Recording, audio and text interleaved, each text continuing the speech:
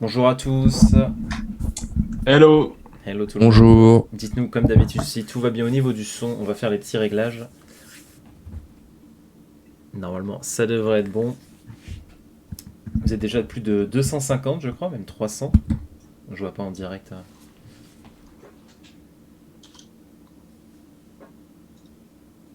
Tout est ok au niveau du son, nickel. Bah, parfait.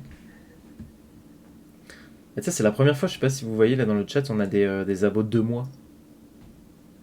Ah ouais. Enfin, je crois que c'est une des premières fois que je les Excellent. vois. Je vois passer les petits, Merci beaucoup d'être là depuis 2 mois. les petits logos rouges. Comment tu es fait par rapport à Valentin? Je monte un petit peu. Alors, est-ce que vous avez... Comment c'est fait? Juste au niveau du son. Alors, est-ce que vous avez short le Doge ce week-end? Suite au passage de Elon Musk au Saturday Night Live. Moi, j'ai demandé l'avis d'un expert. On m'a dit ne jamais shorter le Doge. Nanani, nanana. Cet expert est affiché en bas, au-dessus de moi. Et voilà où j'en suis à cause de lui. Je suis pas millionnaire. Ah, j'ai dit ça parce que C'est je me suis grave. fait liquider. Mais... Maintenant, je pense qu'on peut. Maintenant, on peut. Maintenant, c'est trop tard. Maintenant. Non, c'est trop tard, effectivement. Ouais, il y a eu le fameux effet un peu sell the news, quoi, qu'on connaît beaucoup. Et Elon Musk a effectivement parlé du Dogecoin pendant l'émission. Ah, j'ai un écho chez moi là. Je sais pas de qui ça vient. C'est bon, c'est bon. Ok. Mais ouais, du coup, Elon Musk a bien parlé du Dogecoin pendant l'émission. Je sais pas si vous avez suivi un petit peu. Moi, j'ai juste vu qu'il avait financé une fusée avec du Doge. Non, c'est pas ça, ou une mission, Alors, un truc comme ça. Alors ouais, ça c'est la news, c'est un peu la news du jour, et ça pop quelques heures après son passage à l'émission. En gros, SpaceX accepte le Dogecoin maintenant. C'est n'importe quoi. Ça n'a techniquement aucun sens, mais en fait ça prend tout son sens. Oui, j'ai vu passer ça. C'est littéralement Dogecoin to the moon, ils vont le faire. Et t'as une entreprise qui va envoyer un CubeSat vers la Lune, et ils vont payer en Dogecoin. Et le nom de la mission sera Doge One. Là, je l'affiche là. Il y a déjà une news sur bitcoin.com. Ouais, on va publier aussi dans la matinée. Mais voilà, en gros, c'est un peu la consécration, quoi. C'est vraiment le Doge to the moon, quoi. Ça y est, ils l'ont fait. Et c'était à la base, c'était une blague. Hein. C'était une blague du 1er avril sur Twitter d'Elon Musk, hein, comme c'est pas vraiment étonnant, qui nous disait je vais envoyer Doge sur la Lune. Et voilà ce qu'on a. Faut monter le son apparemment, chef. Attends. Après, c'est le matin, on échauffe nos voix là. Ouais, tout le monde. Ouais, Thomas, ça se sent que là, il a la voix un peu. Il vient de se lever là, 30 secondes avant le live. On fait la fête Ça hier. s'entend, là. Normalement, ça devrait être bon. Dites-moi si Couché on est bon au niveau 21h. du son. C'est déjà fort. Thomas, il est trop fort. Ah bah voilà, Thomas, on l'entend bien. Ah, parce que j'ai le micro devant la tête, moi. Et on reçoit CM là dans 3 minutes. Je lui ai dit de passer dans 5-6 minutes. Ouais. Pour nous débrief un peu ETH là. Ouais, qui vient de passer au-dessus des 4000. C'est assez dingue, Mais t'as le marché qui reprend bien là ce lundi matin. Il y avait une petite pause un peu sur les alts. Enfin, en tout cas sur celle que je suis. Je sais pas pour vous, mais il y avait une petite pause ce week-end et là ça a l'air de bien repartir. Ah, attends, vas-y, je peux afficher la map si tu veux. Le son est bon. J'ai préparé 2-3 trucs ce matin. T'as Coin 3.6 peut-être? Non, j'ai quantifycrypto.com. Ah là là. Attends, je l'ai comme ça. La map est bien verte. Tout est vert à part Matic, mais bon, Matic, en même temps, il avait pris combien de pourcents, Valentin, juste avant? Bah, ce week-end, il a tapé les 1$, le petit Matic. Donc, voilà. Bon, il est rouge, mais en vrai, il a fait plus, je sais pas combien de pourcents 35. 2 jours avant. Voilà, donc. Pendant que tout le monde attendait le Doge à 1$, c'était Matic qui était allé chercher les 1$. Et en weekly, ça donne quoi? Merci beaucoup, quasiment tout vert aussi. Ah, je crois qu'on a, pour ton abo. on a juste le BTC qui est... Non, mais là, bon, c'est vert. Hein. Moi, je vais pas vous mentir. Waouh. Ça continue sur cette semaine. BNB à 700$ quasi. Ouais, Valentin. Moi, je vais pas vous mentir. Je vais pas vous mentir. J'ai hedgé mes positions. Chose qui m'arrive très rarement. Je crois que j'ai dû le faire 2 fois dans le bull run. Et on a un podcast sur le hedging, justement. Mais j'ai hedgé mes positions, la plupart de mes positions. Alors, pas sur 100% de mon portefeuille, mais sur une partie assez grande.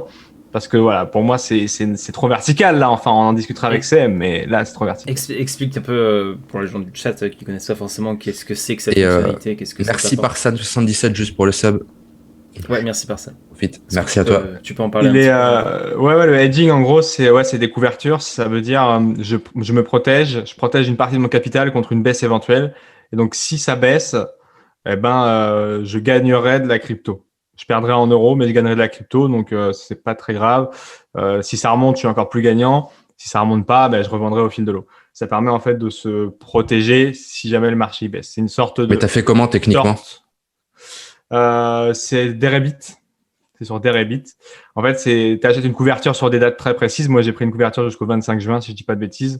Et en gros, tu dis, bah, je pense qu'au 25 juin, je prends une protection jusqu'au 25 juin pour $4,000 l'Ethereum, par exemple. Et donc, s'il est en dessous, eh ben, tu vas gagner de l'Ether. Et s'il est au-dessus, bah, tu vas perdre un peu d'argent. Mais l'idée, c'est jusqu'au 25 juin. Ça peut être dès demain, ça peut être le 24, mais en tout cas, jusqu'au 25 juin, je suis protégé sur une baisse éventuelle de l'Ether. Et il y a un tuto. Qu'est-ce qu'il raconte encore, Valentin? Comment ça, baisse éventuelle de l'Ether? Personne ne comprend rien à ces histoires, Valentin. Il va devoir expliquer ça au fisc. Et puis, il y a un tuto sur avec crypto. Non, comment c'était? Captain Crypto, qui était très intéressant, qui est sur la chaîne YouTube de Cryptos. On a fait ça, un podcast tuto avec lui. N'hésitez pas à aller faire un tour. Ça permet, quand tout est très très vert comme ça, voire même un peu trop vert depuis quelques jours, de pas. C'est une sorte de short en gros, mais plus facile, parce que s'il continue de monter, on s'en fiche. Il faut que jusqu'au 25 juin, je suis protégé. Donc c'est un peu plus cool. Je vous ai mis. Okay. Ah, tu vois, il y en a qui veulent m'entendre, tu vois. Merci beaucoup. Donc, pour toi, là, pour toi qui est un petit peu disons-le, un is maximaliste, tu estimes qu'on pourrait avoir une correction, quoi. On va voir après la vision de Matrix au niveau technique, mais toi, d'un point de vue. On verra avec le chef CM, effectivement. Peut-être qu'il me dira, ben enlève ton hedging, enfin, pauvre taré. Mais l'idée, c'est de pas pleurer si ça baisse, mais c'est pas de perdre énormément si ça monte. C'est-à-dire, effectivement, moi, je préfère que ça monte. Très clairement, on va pas se mentir. Mais je me dis, voilà, si ça baisse, je suis au moins protégé sur une partie de mon capital pour pas rendre le mouvement entier sans avoir profité du mouvement, parce que j'ai pas vendu trop d'Ether sur cette montée. Donc, voilà. En gros, c'était ça le deal. Ok. Mais ouais, Matrix qui nous dit que ETH pourrait atteindre les $50,000. Dans le tweet que j'affiche, là, il va venir nous en parler. Ouais. Oula. Je lui envoie le lien. Très long terme tout de même, mais oui. Salut Paco, ravi de te voir. Non, mais c'est pour les super optimistes. C'est les projections d'analyse technique. Merci Marc. Voilà, Marc, il dit qu'on est sur le chemin du futur. Ça, c'est des visionnaires. ETH Ultime, ah oui, en BTC, d'accord. On se moquait aussi de Galilée à ses débuts. Dit-il avec un pseudo comme ça. Je suis Valentin. Tu es sur le chemin du futur, Valentin. Mais non, mais Valentin, en fait, il est trop dans le futur. C'est juste qu'on comprend rien à ce qu'il nous raconte. Mais ce qu'il fait, ça marche, mais on comprend rien, quoi. Enfin, franchement, ouais, faudrait avoir les idées bien claires pour suivre Valentin. Pour la Matrix. Hier, t'as bien aimé mon Discord? Hier, on a bien aimé ton Discord, c'est-à-dire mon petit message sur Discord, on en parlera tout à l'heure avec les 3 CRV et la printé. J'ai rien compris. Je comprends rien à ce que raconte Valentin, moi, perso. Matrix est parmi nous. Salut CM, tu vas bien? Salut CM. Salut CM.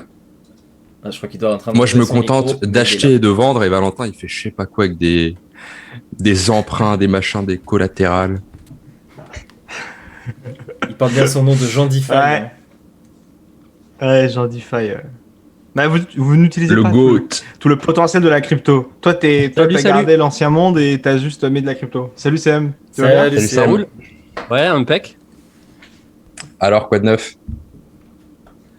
Bah écoute, un Ether à $4,100, quoi. Ouais. on adore les lundis comme ça. Hein. Tu l'as vu dans la nuit ou t'as attendu ce matin? Ah non, hier soir j'étais plutôt un peu pessimiste, tu vois. J'ai commencé à convertir quelques Ethers aussi pour dérisquer le portefeuille en Bitcoin, en Litecoin et tout ça. Mais c'est vrai que comme me l'ont fait remarquer à juste titre, et ça m'a permis de faire une petite analyse un peu plus poussé ce matin des membres de la commu sur le ratio Ethereum-Bitcoin, ça se retourne toujours pas. Bon, après, quand on regarde contre le dollar, on empile des bougies complètement verticales et là, ça devient un peu plus flippant, quoi. Avec une MA21 qui est en hebdo autour de $2000 désormais. Donc, ça fait quand même un ratio de moins 50%, juste pour y revenir. Sur Ethereum, ça n'est pas rien. Donc, voilà, petite gestion du risque. Et petit à petit, on a quand même la sensation que c'est en train de courir après le train, là. Hein. Les institutionnels et tout, tous les Ethers continuent de sortir des échangeurs. J'ai encore vu un graphique tout à l'heure passer, là. Donc, je sais pas où ça va finir, mais pour l'instant, ça a l'air de plutôt bien partir pour Ether. Hein. On était encore à 300, 400, $500 il y a 6-7 mois. $100 il y a un an. C'est hallucinant. Enfin, même si on s'attendait à ce qu'un jour ça puisse arriver, c'est un peu comme le bull run du Bitcoin. Tant que ça n'est pas arrivé, tu te dis ouais bon, ça arrivera peut-être. Et puis quand ça arrive, tu te dis complètement fou quoi. C'est fou. Moi j'y croyais pas. Hein. Franchement, ouais. ETH $4000, si on nous avait dit ça il y a un an. Ouais, non, c'est dingue. Incroyable. C'est dingue. Et bon, il faut aussi se représenter que ça devient voilà un prix. Si vous êtes rentré autour de $100 ou quoi, ou raisonnablement, même si on estime qu'un jour on ira peut-être à 5-10 000 ou que sais-je, voilà, il devient forcément intéressant de commencer à gérer son risque et c'est exactement ce que je fais. Après, bon, il y a des personnes qui les ont stakés et moi le premier, j'ai un nœud qui est stake sur Kraken par exemple et ça, je le toucherai pas. Pour les 2-3 ans à venir, je mène une expérience grandeur nature. Probablement que je perdrai de l'argent profit non réalisé en bear market. Mais je veux mener à terme une expérience sur un nœud que je ne toucherai pas pour 1 an, 2 ans, 3 ans.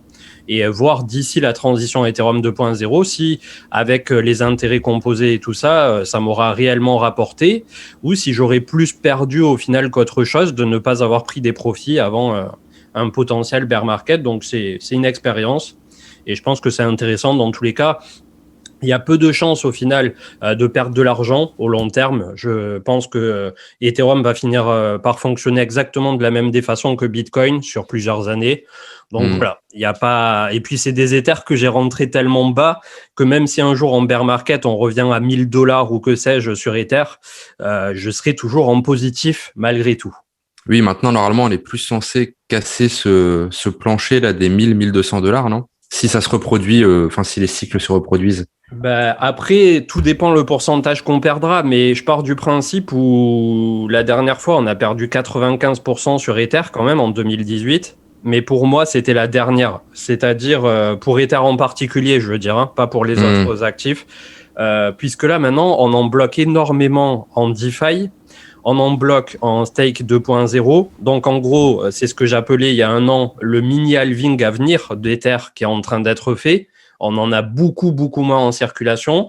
Donc, on a déjà ce choc de supply qui est en train de se faire et qu'on voit apparaître là maintenant avec le FOMO institutionnel qui est ce qu'il est. Mais bon, on a quand même pas mal de gens qui courent après le train. Et deuxièmement, avec le IP 1559, on introduit le principe, et ça va monter crescendo un peu, entre gros guillemets, parce que c'est pas vraiment ça, et je vais me faire taper par les pros Ethereum, les vrais techos, un genre de token burn sur les fees. Donc en gros, on passe d'un truc ultra inflationniste à qui va devenir plutôt déflationniste. On continuera pas d'imprimer des Ethers au travers du temps. Mais il paraît que c'est dérisoire comme ça, non, Valentin? Toi qui t'y connais un peu. Ce burn, non? Ça pourrait faire vraiment, c'est clairement DCM, comme DCM, ça peut faire clairement un truc déflationniste en cas de grosse utilisation, donc ça change tout en fait. C'est surtout, c'est surtout si c'est vraiment beaucoup utilisé, c'est ça? Si c'est utilisé comme aujourd'hui, ça sera déjà déflationniste, donc c'est ça qui est. D'accord, ok. Si c'est utilisé comme aujourd'hui, on aura plus d'Ethers supprimés que créés. Ouais, en gros, c'est ça. Ouais, théoriquement, c'est ça. Et puis, ils ont vraiment compris le besoin à la fois de cette rareté. Et derrière, normalement, il y a différentes autres EIP. Mais pareil, je suis peut-être pas suffisamment technique et la bonne personne pour parler de ça. Mais qui devraient aussi contribuer à rémunérer un peu plus ceux qui feront le proof of stake. Donc aujourd'hui, je crois que selon les les endroits où tu stakes, que ça soit en direct ou sur un échangeur centralisé, on va être plutôt autour de 8% si on fait une moyenne approximative, vraiment comme ça à la louche. Sachant qu'au plus il y aura des Ethereum stake, au plus ça va baisser, mais ils ont aussi dans les tuyaux d'essayer de maintenir à minima ça autour de 8% et potentiellement d'essayer de le retirer à 10-12%, ce qui en ferait un rendement extraordinaire au travers du temps, et d'autant plus si tout le monde d'un commun accord sur le marché se disait ok, on les stake mais on les bouge plus pour quelques années histoire de nous faire vraiment du fric, tu vois. Donc, je sais pas, à voir, phénomène de foule une fois de plus qui va tomber sur un consensus comme ça où on ne vendra plus ses Ethers, où ça va devenir la vraie monnaie d'Internet 3.0, je ne sais pas. Dans tous les cas, je me méfierais quand même des narratifs un peu trop puissants, hein, puisqu'on l'a vu, le bear market, narratif ou pas, a tendance à effacer en quelques mois tous les portefeuilles qui étaient les plus remplis. Donc, faut pas se penser plus fort ou plus malin que le marché à la fin. Ouais. Ton tweet, rapidement, tu nous dis ETH à $50,000 en prévision super optimiste, projection super optimiste, si on avait un BTC à 100 000. Ouais, en fait, au niveau des ratios, quand tu mesures Ethereum contre Bitcoin, j'ai proposé là sur Twitter je suis dessus, là. Les petits ratios, donc je repasse dessus. Donc là, déjà, on est aux portes du 0,382 de Fibo autour de 0,07. Ça peut déjà coincer et on pourrait revenir s'appuyer à 0,055, donc attention. Et ensuite, on a 50% qui nous séparent de 0,10, donc toujours sur la paire ETH-BTC. Ça constituera le Fibo de 0,618. Et ensuite, l'ATH, c'est-à-dire all-time high pour les débutants, le point haut qu'avait atteint Ethereum en janvier 2018, qui se trouve autour de plus 125% par rapport au niveau sur lequel nous nous trouvons, autour de 0,15 à 0,16. Si on regarde au niveau des extensions supplémentaires, qu'on venait à dépasser du coup l'ATH Ether Bitcoin de 2018, là ce coup-ci on aurait le 1,68 à plus 258% autour de 0,18 en ratio, 0,32 le suivant 2,68 autour de 0,39, 0,4, et ensuite on est à plus 800%. Vraiment, ça serait l'extrême où on aurait un Ether qui vaudrait un demi-Bitcoin. Mais ça, franchement, même avec toute la bonne volonté du monde, ça me paraît plus qu'optimiste. Un peu vénère, ouais. Après, voilà, les Ethereum convaincus diront que oui, ça peut arriver, qu'on peut avoir un flipping et tout ce qui va bien, tu vois. Mais je resterai extrêmement précautionneux sur ce genre de théorie, quoi. Bon nickel, merci. Merci CM, tu vas faire ta vidéo après ? Voilà, je vais aller faire ma petite vidéo et voilà, hein, j'espère qu'on va avoir une bonne semaine. Normalement, quand le dimanche soir et le lundi s'ouvrent comme ça, il y a fort à parier qu'on va avoir une très belle semaine. Et sur les altes. Le truc, c'est que voilà, en ce moment, on a toujours Bitcoin qui est coincé autour de 55, 58 000, voire peut-être pas loin des 60 000 cette nuit. Mais je pense qu'il est lui aussi prêt, au bout d'un range de 2 mois et demi, à repartir. Ouais, ça fait un moment là. Tout vient de nouveau alors que c'est déjà ultra bullish sur les altes à repartir. Enfin, je sais pas où est-ce qu'on va finir, mais je sais pas où on va aller, comme on dit, mais on y va. Mais si Bitcoin repart là très fort, on pourra avoir un petit saignement sur les altes quand même, non ? Bitcoin dominance qui a baissé en mode on cherche du pétrole, voilà, à mon sens, ça ne va pas continuer indéfiniment. On arrive sur 45% et on est à peine à 10 points du long terme des 35% qui avaient été touchés début 2018.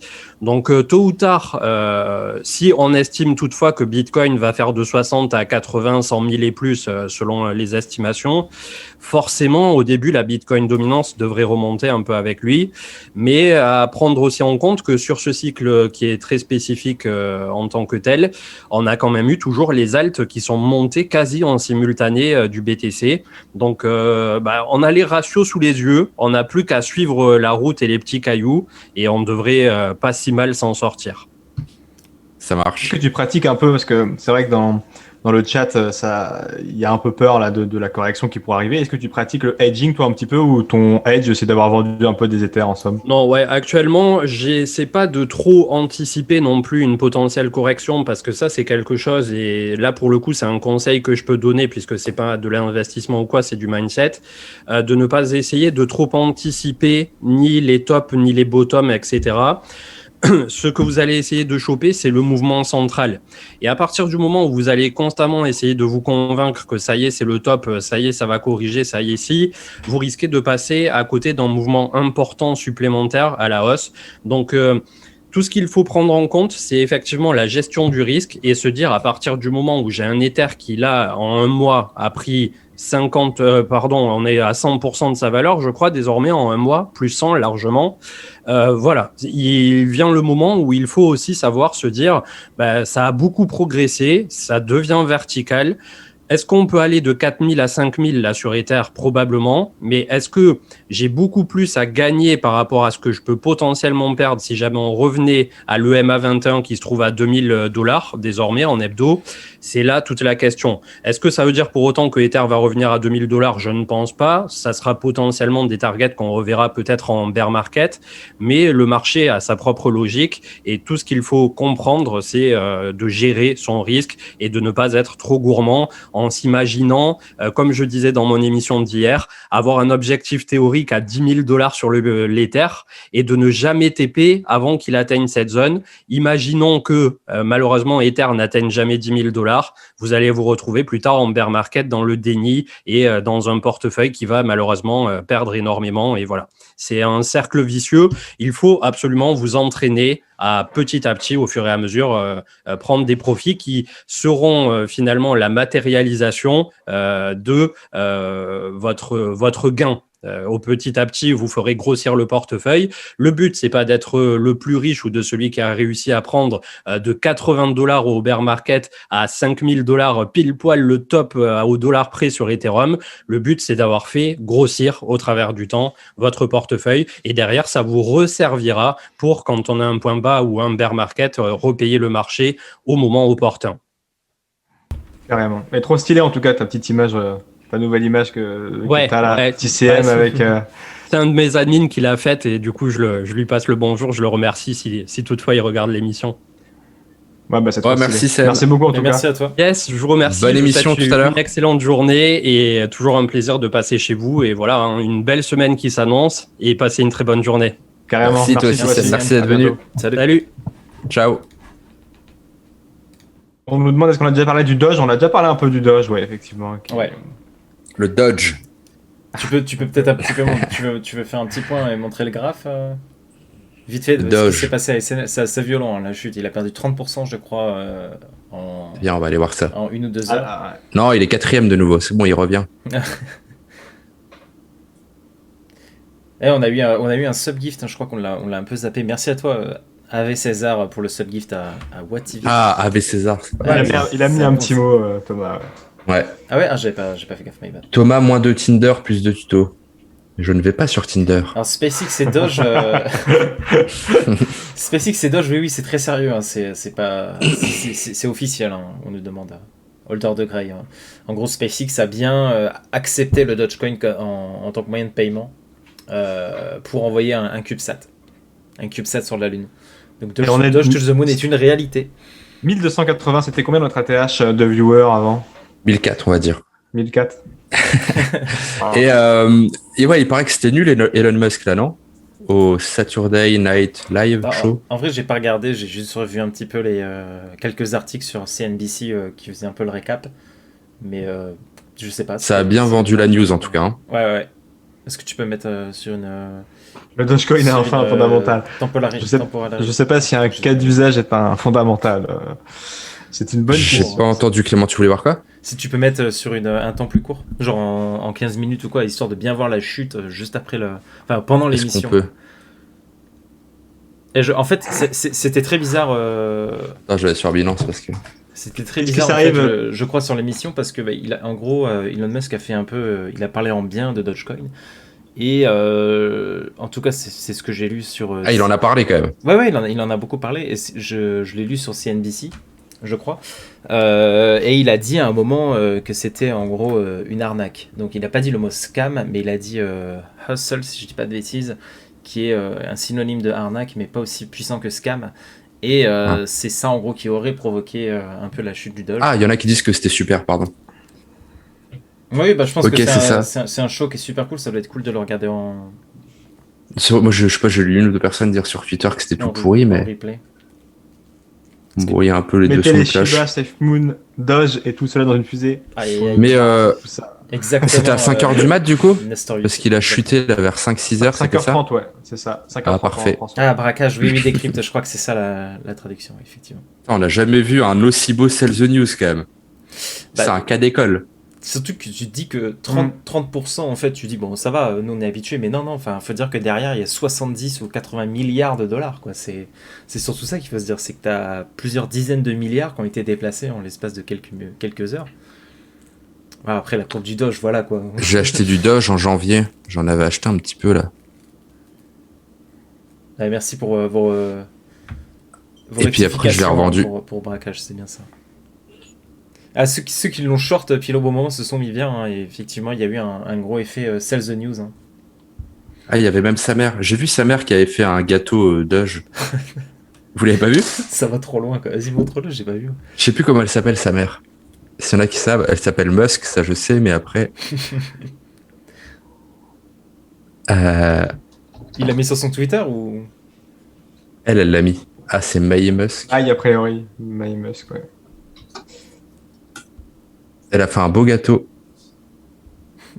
Il y a des beaux... 230 000 abonnés. Il y a des très Là. très beaux trolls dans le chat. Hein. Un beau gâteau Doge. CDLP. Mais je sais pas ce qu'ils ont avec le Doge quand même. Ah, c'est le mème, ça représente l'histoire des mèmes, c'est l'un des plus grands mèmes d'internet. C'est les plus gros trolls. Il est pas Enfin mal. voilà, mais ouais, du coup, tout est vert, hein, c'est quand même fou ça. J'ai vu Avax qui est remonté à 40. Le sol, bon, il est un peu bof. Ouais, il monte aussi. Ça va. Ouais, il est à 45, mais rien de il a bien fou là. repris, ouais, il a un peu. Qu'est-ce qu'on a d'autre? J'ai vu. Ah ouais, le BNB qui est quasiment à 700$. Bon, on n'aura pas le flippening Dodge BNB apparemment. On est passé vraiment Ouais. très près. Je sais pas si tu peux On le était montrer. proche, vite fait, mais- sur Le Cryptost. flippening, ouais, c'était où? C'était là. On est plus qu'à 68% là. Et on est monté à combien ce week-end? Je crois que tu as tweet dessus. 96 environ. Aïe, aïe. 93, je sais plus. On C'est était dingue. monté haut. Hein. C'est dingue quand même. J'aurais juste au moins aimé que ça arrive, tu vois. Ouais, même si c'est l'histoire de quelques minutes, juste pour voir ce que CZ aurait pu dire. Donc le PDG de Binance. Oh, il a déjà dit, le Doge était déjà devant BNB plusieurs fois dans l'histoire des crypto-monnaies. Ah, il a tweet dessus, j'avais même pas vu ça. Ouais, il a déjà dit. Ok.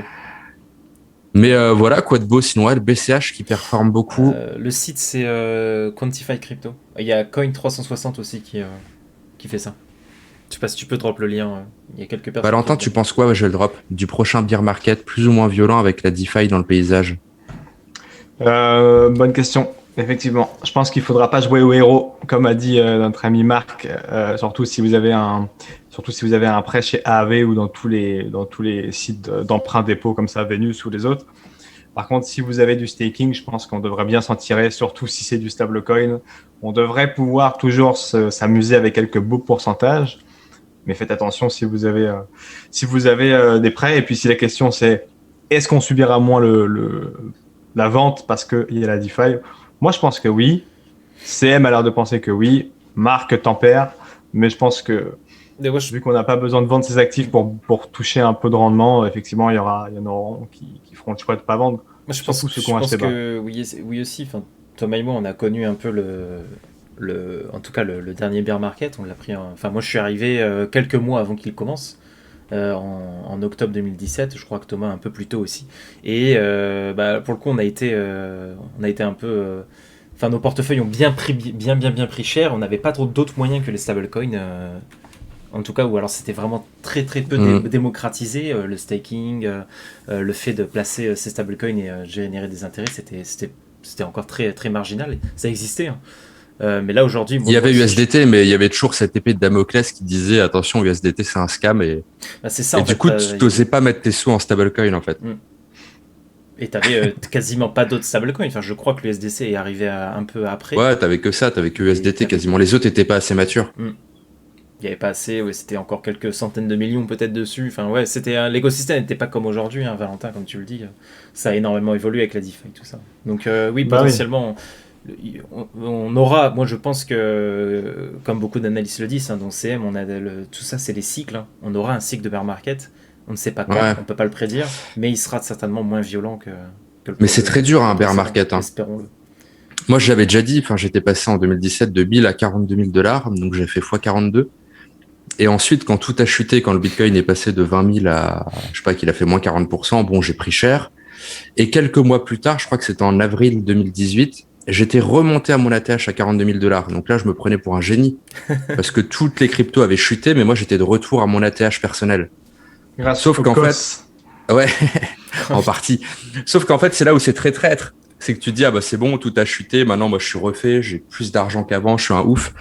Sauf qu'en fait, non. Quelques mois plus tard, quelques longs et douloureux mois plus tard, il me restait 3 000 $, j'avais tout perdu de nouveau.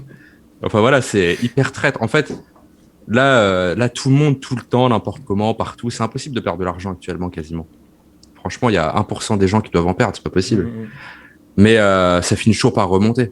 Mais quand c'est en bear market, c'est l'inverse, quoi. Ça finit toujours par redescendre. Ah, puis c'est très dur psychologiquement aussi de tenir une ou deux années.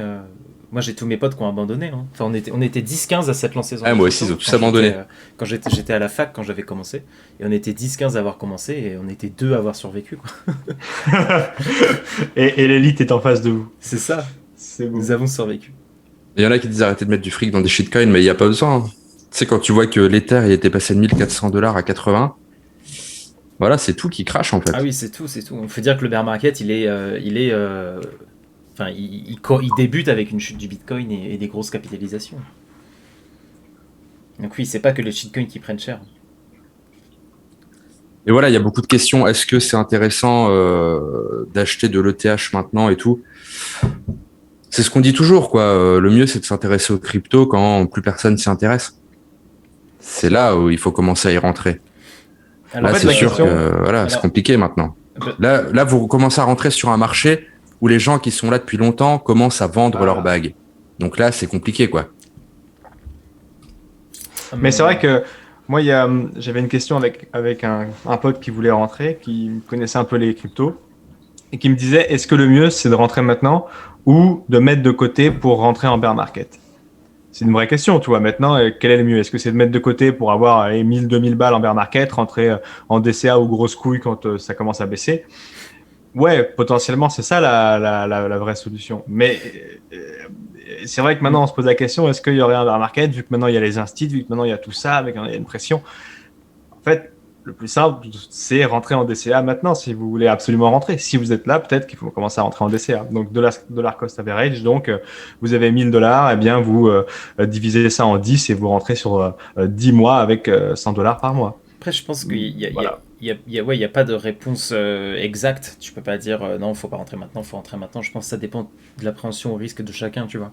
De se dire, est-ce que je suis prêt à me dire, je pourrais tout perdre prochainement, et est-ce que je suis prêt à prendre ce risque? C'est un pari à faire. Ou alors, simplement, si tu veux y aller tout doucement, comme tu disais. Et c'est ça où il faut pas prendre trop de risques, en fait. On me dit, qu'est-ce que j'aurais fait différemment sur ce cycle? Ave César qui demande. C'est ce que j'ai déjà fait actuellement, en fait. C'est que j'ai vendu une grosse partie, moi, de mon portefeuille et que je les ai passés en euros sur mon compte en banque. C'est juste que maintenant, je suis beaucoup plus serein avec ce qui me reste et je peux reprendre des risques parce que je sais que je vais pas tout perdre. Et voilà, après, à partir du moment où tu n'arrives plus bien à dormir la nuit ou quoi, parce que tu as des positions trop grosses ou j'en sais rien, c'est que il faut peut-être réduire tes positions, retirer un peu sur ton compte. Et moi, je sais que j'ai pas mis en USDT parce que je sais que je me connais qu'à la moindre baisse, j'aurais tout racheté direct. Et sauf que, en fait, faut la jouer beaucoup plus macro après. En bear market, c'est des périodes qui s'étendent pendant 2 ans, 3 ans. Et un des plus gros conseils qu'on peut donner, en fait, c'est ça, c'est d'essayer de pas être trop court terme. À part si vous êtes vraiment un day trader, mais sinon, il faut essayer de prendre des visions beaucoup plus lentes. Un chart, ça se dessine sur plusieurs semaines et tout. Enfin, voilà, c'est de pas investir. Par exemple, la Bitcoin perd 25% ce soir. Et ne peut-être pas direct all-in ce que vous aviez en USDT dedans. Attendre un peu, voir comment ça se passe. Ça, je Voilà. pense que ça s'apprend avec le temps, la gestion des émotions, en tout cas. Mm. Enfin, quand tu débutes, tu fais du market sell instant, tu vois une bougie rouge, ça y est, tu market sell. Après, oui, j'ai pris 30% de flat tax. Ben oui, bien sûr, Ouais. je vais payer ça l'année prochaine. Et puis voilà. Flat. Après, ben, vaut mieux, tu vois, 2018, j'ai pas vendu mes 42 000 $. Au final, il me restait plus rien. Après, des fois, vaut mieux vendre et récupérer un peu, quoi. Si tu vends jamais, si t'as toujours peur des impôts, si t'as toujours peur de ci, de ça, au final, ben, c'est le meilleur moyen de plus rien avoir au bout d'un moment. Est-ce qu'on ferait pas une petite prédiction de prix pour le BTC? Je pense que Gigo. on peut carrément. prédire le prix auquel il sera à 10h. Allez, Ouais, carrément. Est-ce qu'on fait ça? il est à combien là? Il est à 58 900 à peu près. Je fais quoi, un delta de 500 pour Ouais. la prédiction? Ok. Et après, est-ce qu'il y a moyen que tu fasses un petit sondage pendant ce temps-là ou tu peux pas faire les deux en même temps? Non, on va faire. Tu peux faire un par un vu que ça apparaît au-dessus du chat. Ouais, c'est ça. Ok. Ok, alors. Comment c'est une prédiction? On fait quoi à 10h le BTC? Ouais. À Il y en a qui 10h, disent pourquoi ne pas mettre en stable. Bon, bah, le BTC. enfin, j'ai déjà dit, moi, c'est juste qu'après, c'est chacun gère son risque comme il le veut. Moi, là, j'ai toujours de l'argent en stable aujourd'hui. J'ai retiré une partie en euros, j'ai des stables si jamais ça baisse. Mais c'est juste que si j'avais gardé toutes mes cryptos en stable, je sais que j'aurais racheté à la moindre baisse. Et après, en bear market, ben, si tu rachètes la moindre baisse, ça continue toujours de baisser. On pense quoi de Bonfire? Moi, je connais pas. Voilà, Non, je connais pas non plus. la prédiction a débuté. Vous pouvez voter au-dessus, en haut du chat, si vous pensez que le BTC sera plus proche de 58 500 $ ou 59 200 $ à 10h. Ça vous fait juste gagner des petits points de chaîne, mettre vos messages en avant, tout ça, c'est cool. Et il y en a qui disent shorter sur le long terme en bear market. Je crois que c'est chaud, non, de shorter sur le long terme. Il y a des taxes qui s'appliquent, non? Alors c'est assez minime, ça dépend des plateformes, mais c'est assez minime, c'est un très très très petit pourcentage. Ouais, mais si tu shortes pendant 2 ans et demi, Ah oui, là par contre, c'est pas de plus en plus gros tous les jours? tu peux prendre cher. Ah, ça je sais pas si ça se cumule. Faut regarder sur Binance des trucs comme ça, mais je crois que quand tu shortes, Mais t'as des frais de plus en plus élevés ou des trucs du genre. ouais, après, si vous faites ça, surtout Oui. ne pas faire ça avec des leviers démesurés. Hein. Si tu shorts sur le très long terme, faut faire attention aux leviers, hein, bien sûr. Bah, de toute façon, si tu fais des leviers, quoi qu'il arrive, faut faire attention de pas aller trop haut. De pas aller sur même sur des 20 ou des 25, hein, c'est déjà beaucoup trop. Il y en a qui disent, ouais, les frais minimes sur 8 heures, je veux bien, mais sur 4-5 jours, tu vas te ruiner. Alors bon, sur 2 ans, Non, c'est une mauvaise idée, je pense. ouais. Ah, ou alors, faut pas utiliser Binance. Je crois qu'il y a des plateformes qui peuvent permettre de short sans frais comme ça, mais Peut-être FTX. Ouais, le levier mais- x75, ça reste ok, bien, ça va. alors la prédiction est là, hein, Clément, c'est ça? Ne dis pas ça. Ouais, elle est au-dessus du chat. Dis pas ça pour les 58 leviers, 500. Valentin. Il y en a qui vont all-in en levier 60, en levier x100 sur Dodo. Non, Faut short la DeFi qui dit Julien Permaf. Mais qu'est-ce qu'il dit Faites- celui-là, Faites enfin? très attention au levier. Il y en a, ils savent peut-être pas, mais il y a, on peut se mettre un indicateur DeFi, un indice DeFi sur Binance. Ouais. Je pense que tout le monde le sait pas. Attends, je vais aller montrer ça. Faut que tu ailles sur. Futures, non? Ouais, c'est en futures. Ouais. Voilà. Je sais pas si on voit mon écran, mais il faut aller dans les futures. Là, on est devant le Doge. Là, on est devant le BTC perpétuel. Ça y est. Et ensuite, là, à droite, t'as Perpétuel. DeFi, ça doit être ça, non? FTX, Non. c'est plus grand que Binance. Ah oui, je suis d'accord. C'est où, Jack Clément? Tout Toi à fait. qui es un... Il faut que un tu fasses pro. une recherche, juste recherche, tu tapes DeFi et tu vas le choper. Et c'est DeFi Perp. Ouais. Voilà. Voilà. Dans les futures, DeFi Perp, et là, tu peux t'exposer à toute la DeFi. Bah, en gros, alors c'est pas toute la DeFi, c'est un indice De Binance. qui regroupe, Valentin, est-ce que tu les connais, toutes les crypto-monnaies qui sont dans Ah ce bah, elles indice? sont là, non? Regarde. Si je passe la souris, non, c'est pas ça? Peut-être s'il y a un petit Non, i je quelque les ai part pas en où tu tête. peux voir, mais en tout cas, je sais qu'il y a Uni, AAV, peut-être. Ouais, Ou ouais, vous pouvez le trouver quelque part. Peut-être Maker, mais en gros, Rennes. c'est un indice qui réunit une dizaine, peut-être une quinzaine de cryptos de la DeFi. Si tu regardes la perf sur quelques semaines, c'est assez impressionnant. En gros, ça te donne Ouais. un véritable aperçu de l'état de santé de la DeFi. Et moi, je me suis déjà amusé à le short et je l'ai beaucoup regretté. Ça t'apprendra. Ça On ne m'apprendra. sorte pas la DeFi. C'est ça. Porte pas en bull market. Ça, en fait, Sortez ouais, la c'est- DeFi. c'est d'autant plus risqué parce que ouais, tu shortes clairement un écosystème en fait. Tu shortes Bah, pas bien juste sûr. une crypto. Tu shortes Mark Zeller. Ah, on pense quoi Ah. du token Maps.me? Clément qui nous a fait Ah. acheter l'ICO à l'époque.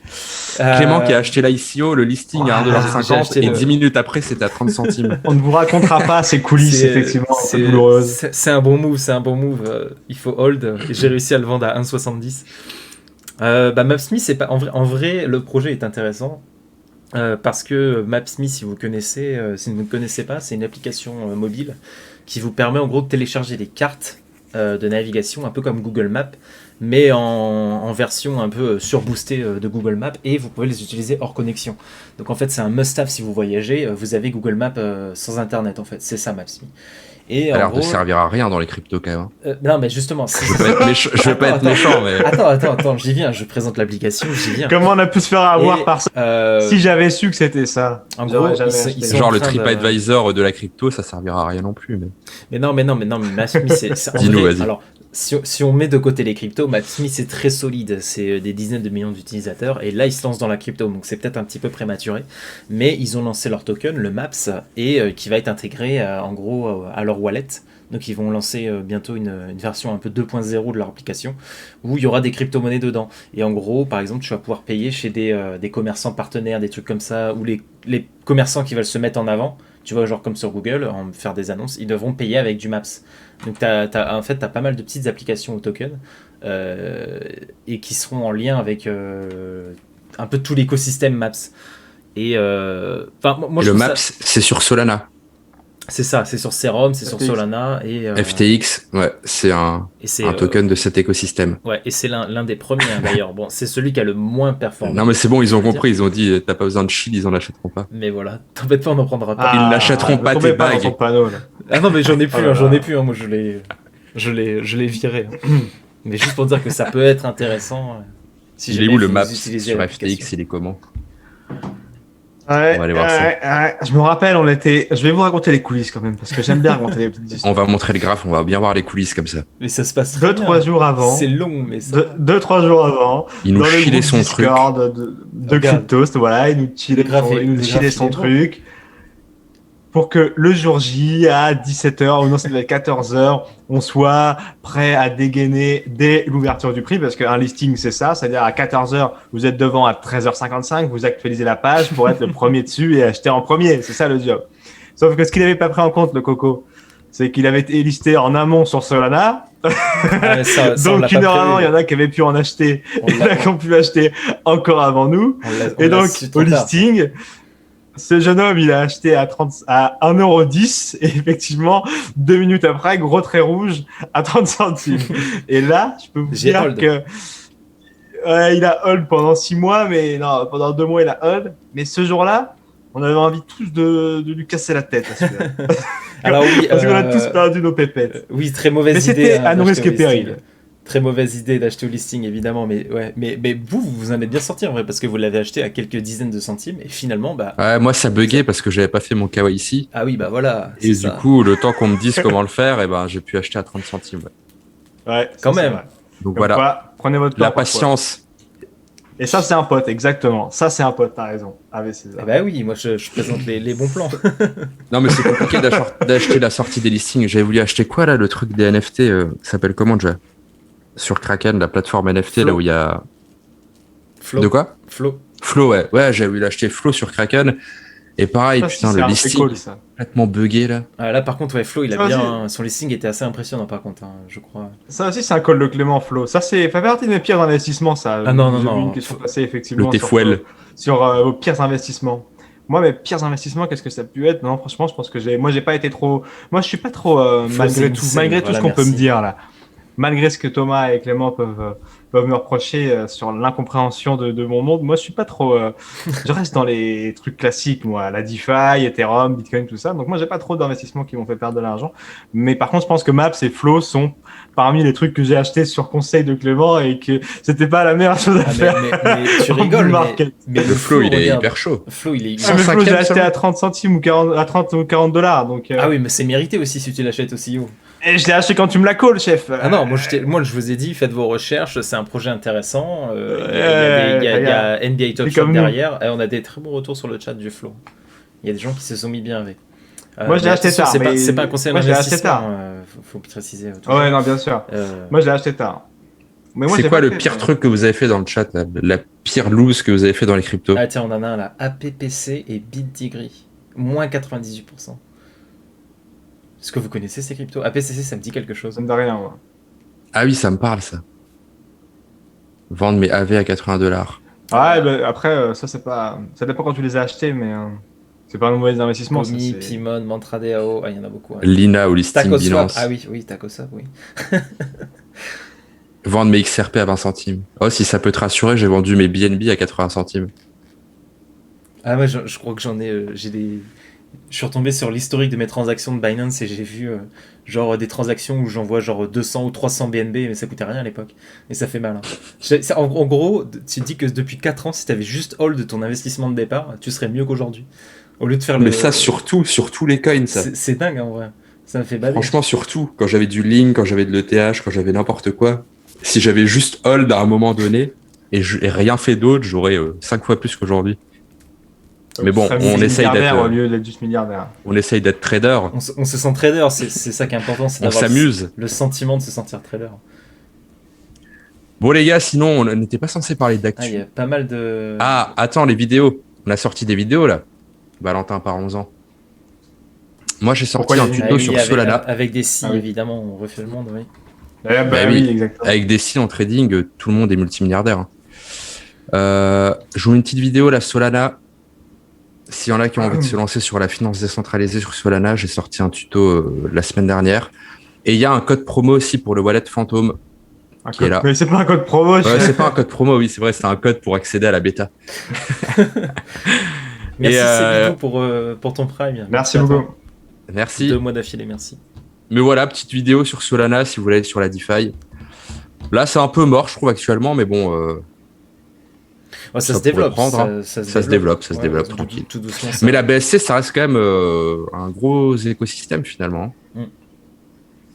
Bref, et Valentin, toi aussi, tu as fait une vidéo, tu as fait un petit podcast avec Mathieu.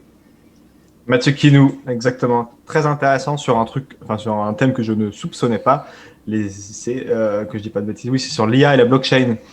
Deux technologies, ou en tout cas 2 mondes passionnants qui, lorsqu'elles se croisent, il peut se passer beaucoup de choses et on va voir tout ce qui peut s'y passer sur la justice, sur la manière de traiter les informations dans le monde. Ça peut être bien, pas bien. En Chine, ça prend un tournant particulier. Enfin voilà. Quand la technologie blockchain et l'IA se croisent, quand l'un est de l'autre, qu'est-ce qui se passe quand c'est la blockchain qui est de l'IA et qu'est-ce qui se passe quand c'est l'IA qui prend la blockchain. Enfin, c'était très intéressant. Que des milliardaires ici. Ah, exactement, on est tous milliardaires, même dans le chat. Non, il y a que Thomas qui est milliardaire, malheureusement. On est millionnaire en Satoshi, pas plus. C'est important. Multimilliardaire, moi. Est-ce qu'on est obligé de payer des frais pour envoyer des Ethers sur MetaMask? En multiple. Oui, tout à fait. Merci, Denis. Un roupie tout au plus, ouais, voilà. Est-ce qu'on passerait un petit peu sur les news, des news? Allez, si tu veux. Publiées sur le site. Du coup, des petites vidéos. Il y a Vincent Gann aussi, petite vidéo demain, là, à midi, comme d'habitude. Si on passe un peu sur les news.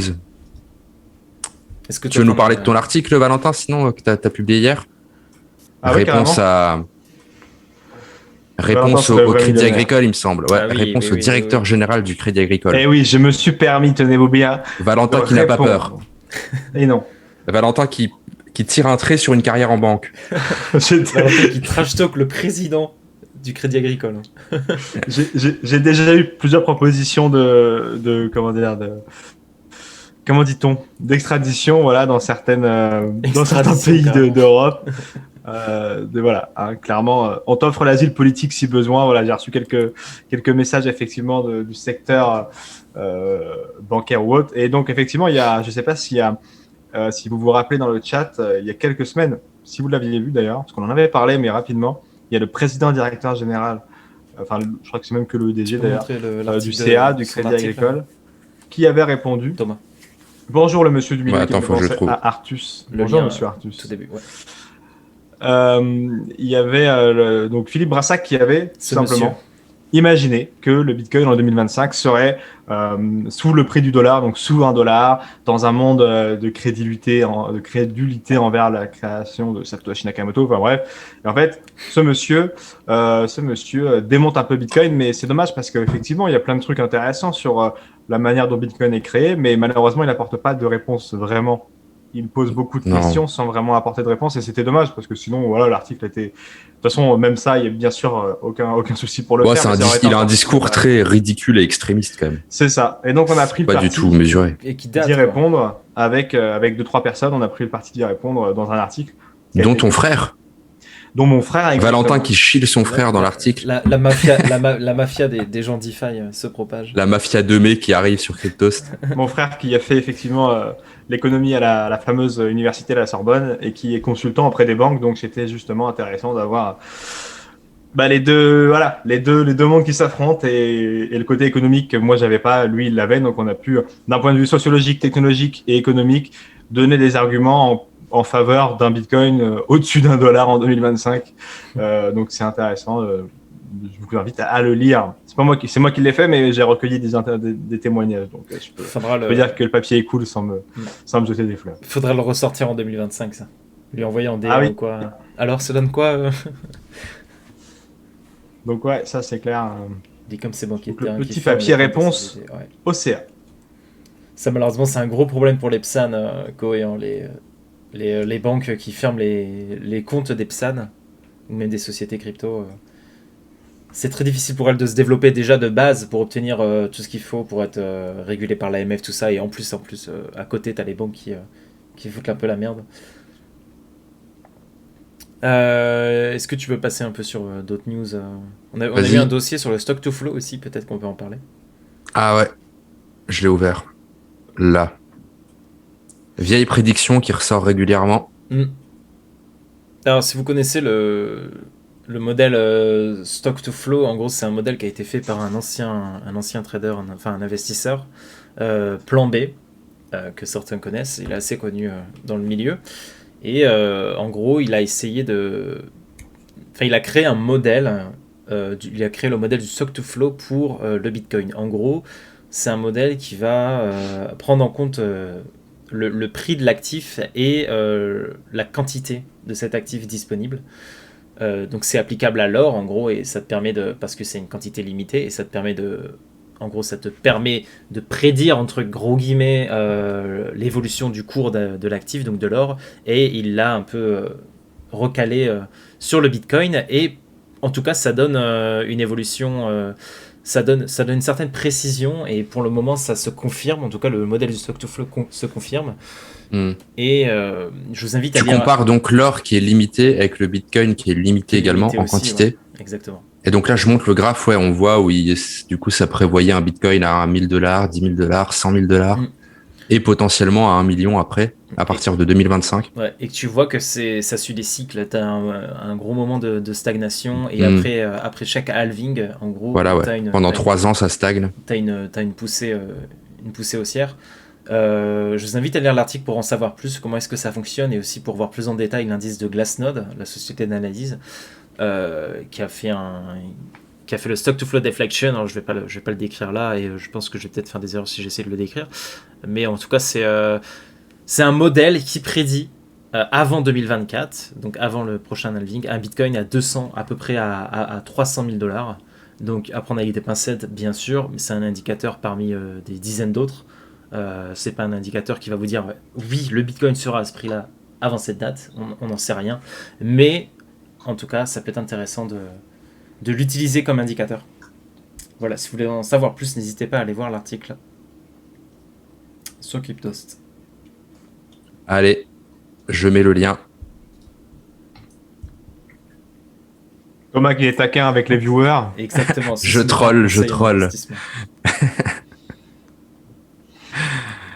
Non, le son, dites-nous si le son est pas assez fort, si c'est généralisé ou pas. En vrai, c'est bon, je pense qu'on est bon au niveau du son. Tu as pompé ça sur la vidéo de Sissif. Pas vraiment, non. Stock to flow, ça existe depuis très très longtemps. On en parle depuis longtemps. Je pense qu'on avait un article sur Cryptost avant la vidéo même.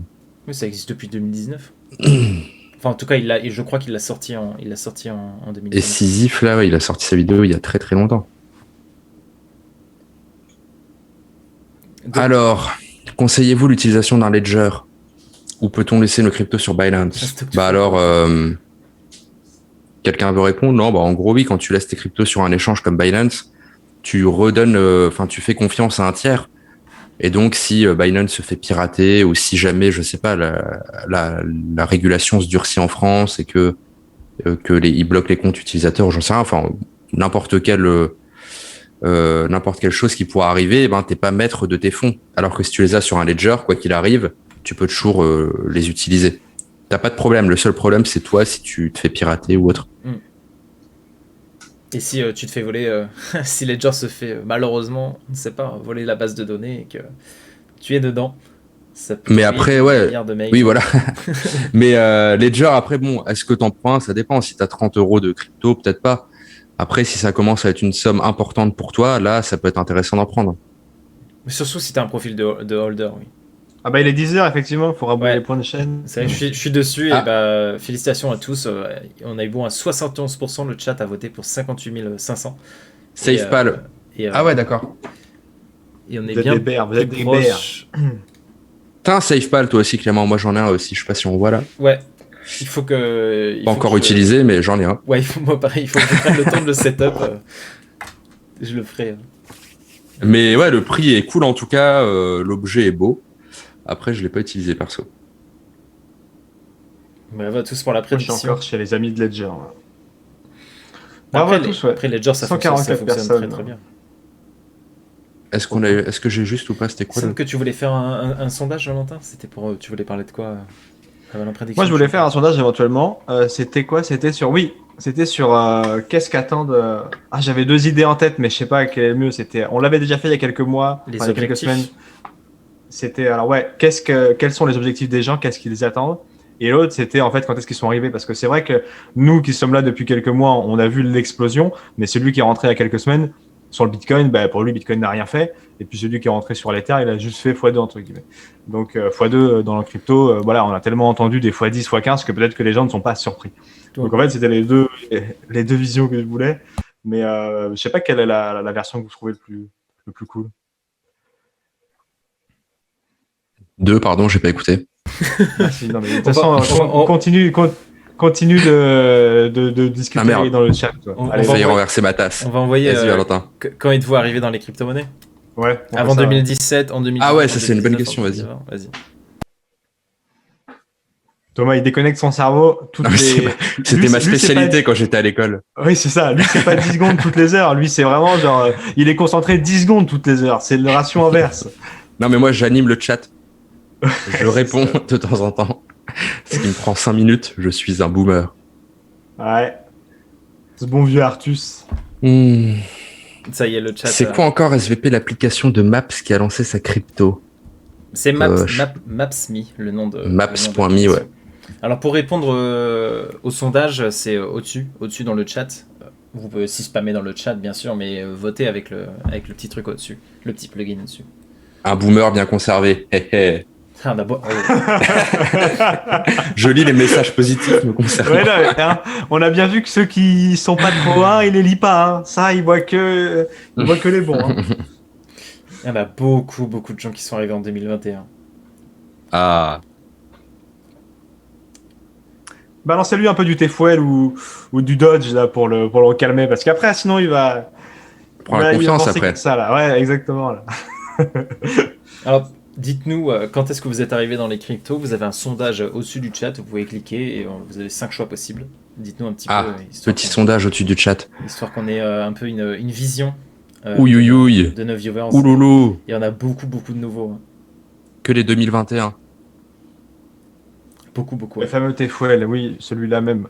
Bah oui, il y a presque 100 personnes en 2021, effectivement. 45%. 105. Waouh. C'est pas mauvais, hein, mais c'est vrai que c'est beaucoup de récents. Bienvenue en tout cas, merci de choisir. Il n'y a pas de mauvais ou de bon, mais moi ça m'impressionne qu'il y ait autant de monde en fait qui soit arrivé en 2021 tout de même. On se rend pas compte, mais ouais, il y a beaucoup de monde en fait qui arrive. On était un peu des précurseurs. À quand des vidéos sur Theta? C'est compliqué les vidéos sur Theta, je crois maintenant. Parce qu'en gros, Déjà, c'est compliqué d'avoir un compte sur Theta. On leur a envoyé un message sur Twitter, ils n'ont pas répondu. Et ensuite, je crois que maintenant, tu me diras comment ça s'appelle, Clément, mais on est partenaire Twitch et on peut plus aller sur d'autres plateformes. Exactement, oui.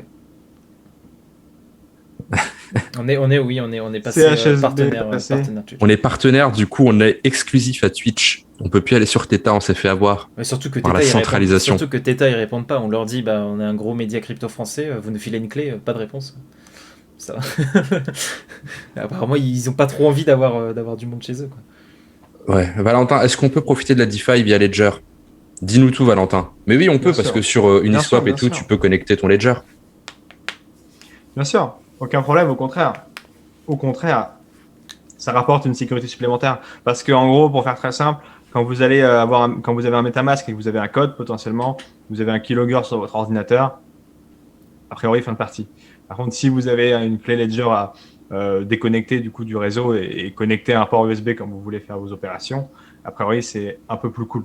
Je suis pas informaticien, mais je crois que c'est ça. J'avais discuté avec des gens un peu plus spécialistes que moi qui avaient dit effectivement, ça rajoute un côté cool. En plus, et Ledger sur Polygon, bien sûr, en fait, Ledger, ça va juste permettre de signer des transactions sur la blockchain. Donc, Polygon fonctionne, Ethereum fonctionne aussi. T'as vu ça, Valentin? Je fiche un petit tweet là de Biffy Finance sur Twitter.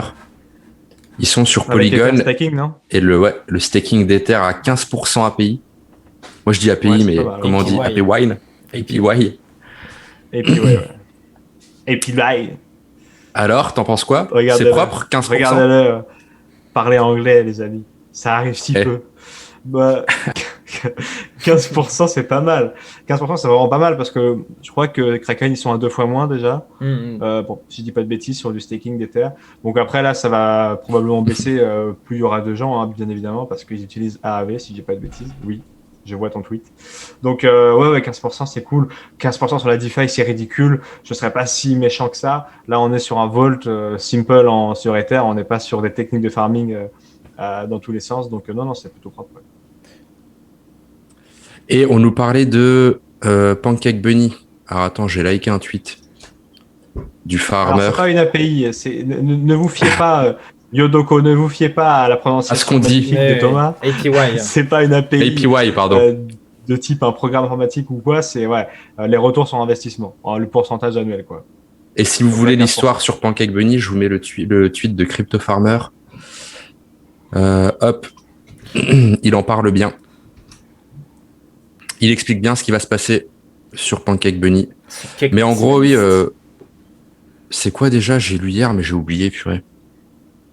Ça vous parle? Merci Cryptologique pour le raid. On a 55 personnes qui viennent de nous rejoindre. Bienvenue, merci beaucoup. Ça baisse l'inflation du token. Qu'est-ce que vous avez appris de beau avec Cryptologique? Est-ce que vous avez appris que ça va to the moon ou qu'il faut tout faut partir? Et Reward Bunny divisé par 2. Ouais, je crois que c'était ça, effectivement. Ils vont réduire le tokenomics. Le sondage vient de terminer. Je crois qu'on a eu à peu près 44% de 2021. On a eu à peu près 300 votes. Et ouais, il a presque la majorité qui sont arrivés en 2021. Beaucoup en 2020 également. Et avant 2017, pas mal aussi. Tu vois que 2018-2019, personne. Il y a quasi personne parce que c'était le bear market, le fameux. Et finalement, c'était là où il fallait arriver. Mais on a quand même pas mal de 2021. Ceux qui sont arrivés en 2020, c'est bien. Hein. Ouais, aussi. C'est vrai que j'y croyais pas, moi, quand tout le monde s'est intéressé à la bourse et aux cryptos en mars 2020. Pendant le Covid, pendant le crash de la bourse et tout. Ça m'avait l'air trop obvious, mais en fait, non, tous ceux qui sont arrivés à ce moment-là, ils se sont mis bien. Alors après, qu'est-ce qu'on avait d'autre? On demandait quand est-ce qu'on est arrivé, nous. J'ai eu une question comme ça. Vas-y. Moi, je suis arrivé début octobre 2017. C'est assez précis. Hein. Mais ouais, voilà, moi, je suis arrivé en 2017. Moi, je suis arrivé en mai 2017, je crois. Moi, je suis arrivé le plus tard en tant que réel investisseur. Je suis arrivé effectivement en mi-2019. Effectivement, ouais. Non, t'es bien tombé quand même parce que finalement, t'as eu des bonnes opportunités d'achat. Ah oui, totalement. Alors que nous, on s'était fait rincer avant, quoi. À combien pourrait retomber BTC ETH pendant le bear? Du coup, normalement, ce qui se passe, si on regarde les cycles, eh bien, à chaque fois, tu retombes tu retombes jamais sous l'ancien plus haut. C'est-à-dire que là, sur Bitcoin, l'ancien plus haut, c'était environ 20 000 $. Normalement, on ne pourrait pas retomber en dessous des 20 000 $. Sur ETH, l'ancien plus haut, c'était 1002, 1004. Tu ne pourrais pas retomber là-dessous. C'est ce qui se passe généralement quand tu regardes des cycles de hausse sur Bitcoin ETH. Dès que ça casse un ATH, ça ne reva jamais en dessous du précédent. Maintenant, bon, bien sûr, c'est pas des conseils en investissement. Hein. Ça pourrait changer, quoi.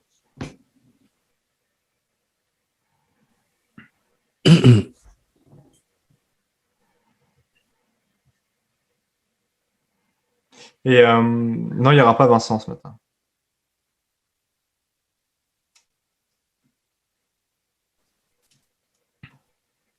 Qui a développé le site de crypto? T'es mute apparemment. Merci les gars. C'est bon. J'expliquais un peu. On le mute de temps en temps. En fait, nous on l'entend dans le Zoom, vous l'entendez pas effectivement. C'est pour ça qu'on peut pas le stopper, lui dire attention, on n'entend pas. Qui a développé le site de crypto? C'était exact.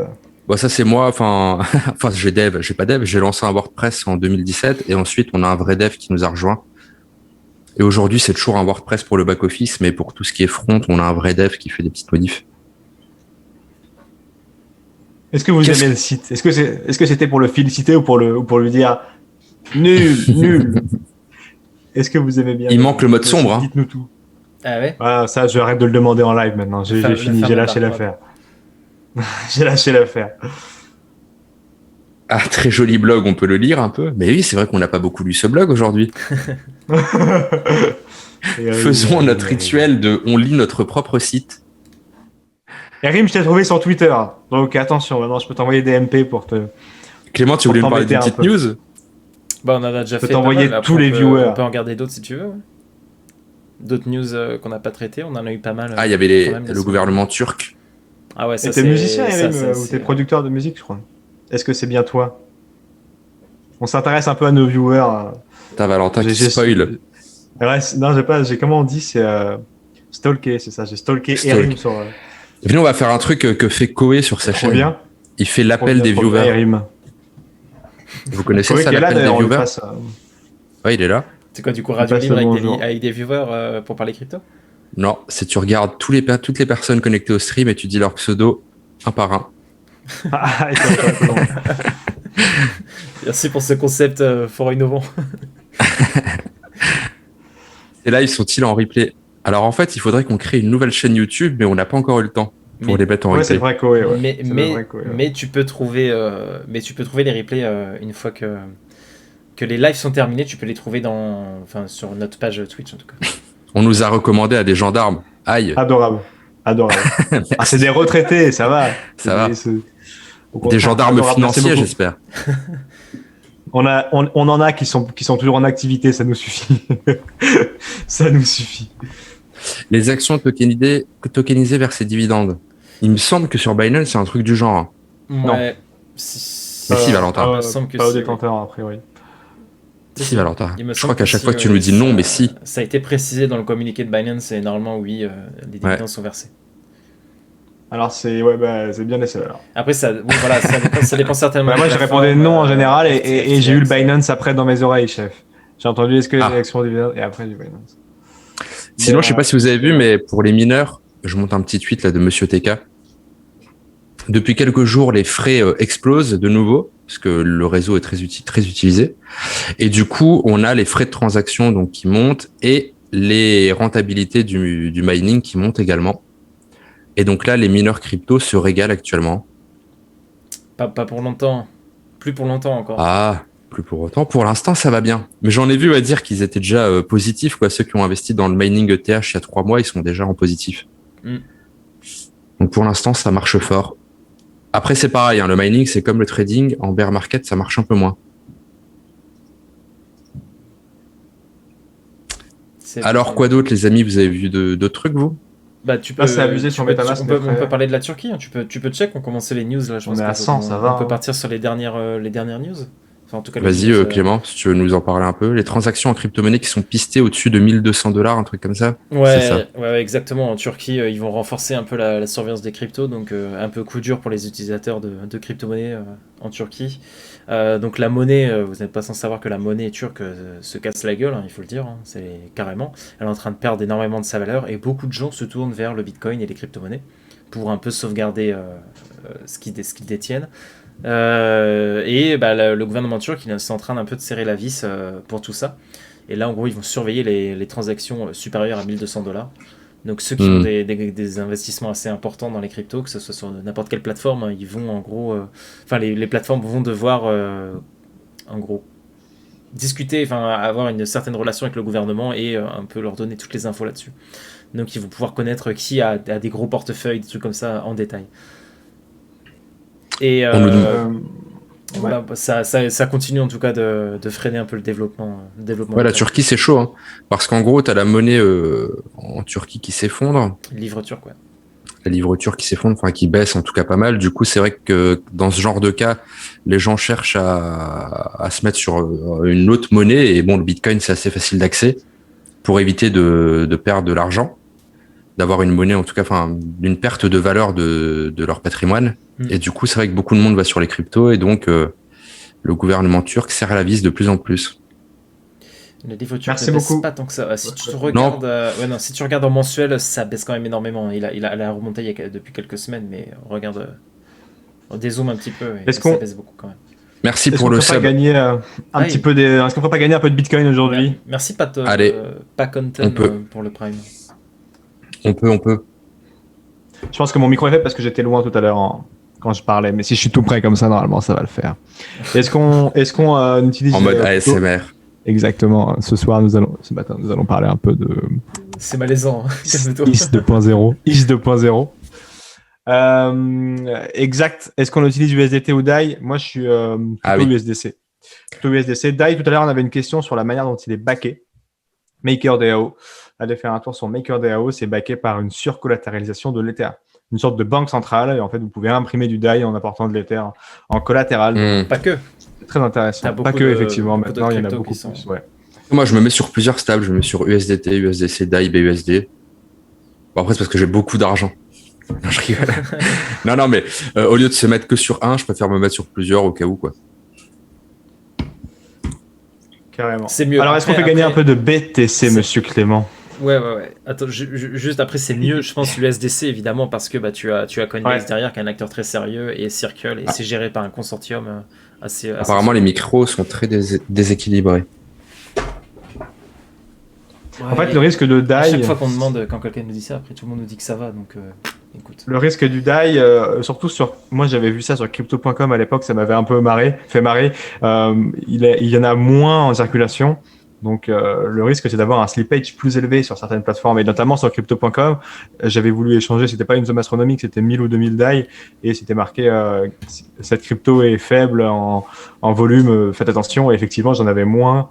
Donc c'était assez marrant que de l'USDC ou de l'USDT. Mais sinon ouais, c'est pas backé par la même manière. L'USDC, USDT c'est backé 1 pour 1, c'est-à-dire que pour chaque USDC ou USDT sur le marché crypto, il y a un USD réel, un vrai dollar dans les comptes en banque des entreprises, alors que DAI c'est un autre système qui maintient son prix, c'est justement la surcollatéralisation de certaines autres cryptos comme de l'Ether sur MakerDAO. Alors, le petit giveaway. Ouais. Allez, carrément. On nous demande si le live est fait avec OBS. C'est pas ça, hein, Clément, tu utilises le truc. Streamlabs OBS. Streamlabs OBS. Est-ce qu'on fait Vous voulez quoi pour le giveaway? Pour l'exclamation Bitcoin? C'est classique, hein. Et au moins ça marche. On parle là-dessus? Ouais, clairement, ouais. Très bien. Allez, alors... Thomas, et ça y est, il a redéconnecté, là. C'est sa période de déconnexion, là. Vous pouvez taper point d'exclamation Bitcoin tout en minuscule, c'est important pour participer à un giveaway. On fait gagner 50 €. Très important de l'écrire plusieurs fois, n'est-ce pas, Clément? Exactement. Pour être bien sûr que ce soit validé. Exactement. Le bot ne vous donnera pas de confirmation, mais vous inquiétez pas, c'est bien pris en compte de notre côté. Je crois qu'il faut l'écrire 5 fois dans le chat pour que ça fonctionne. Et là, on va voir tous les gens qui sortent leur secondaire. On m'a dit 25. Hein. Oui. On va passer de 1190 connectés à 1400 bizarrement. Thomas, Vite, c'est le giveaway. Vite, viens. Ah ouais, ça monte. 1220 déjà. Thomas qui tente. Vite, vite. Tentez pas les gars, j'ai enlevé les modos ne peuvent pas gagner. T'as mis ça, non? Ah bah bien sûr. Ah, le troll. Faut donner les chances à nos viewers. Les modos et les VIP ne peuvent pas gagner. Donc Vincent Gann et Decrypt ne peuvent pas gagner malheureusement. Aïe aïe aïe. Ah ça spam. On l'arrête d'ici 2-3 minutes je pense. Excellent. Et après vous nous poserez si vous avez des questions, n'hésitez pas. Sur la fin, comme d'hab, même si on le fait depuis le début. On peut répondre à vos questions, ouais. Et on peut continuer sur quelques news. Hein. Vas-y, tu voulais... je suis sur Twitter, moi je scroll. Check le feed crypto, et je dois... Vas-y, dis-moi. Si vous parlez. Moi. Dis-moi, chef rédac. Chef. Descends un peu. Descends, attends.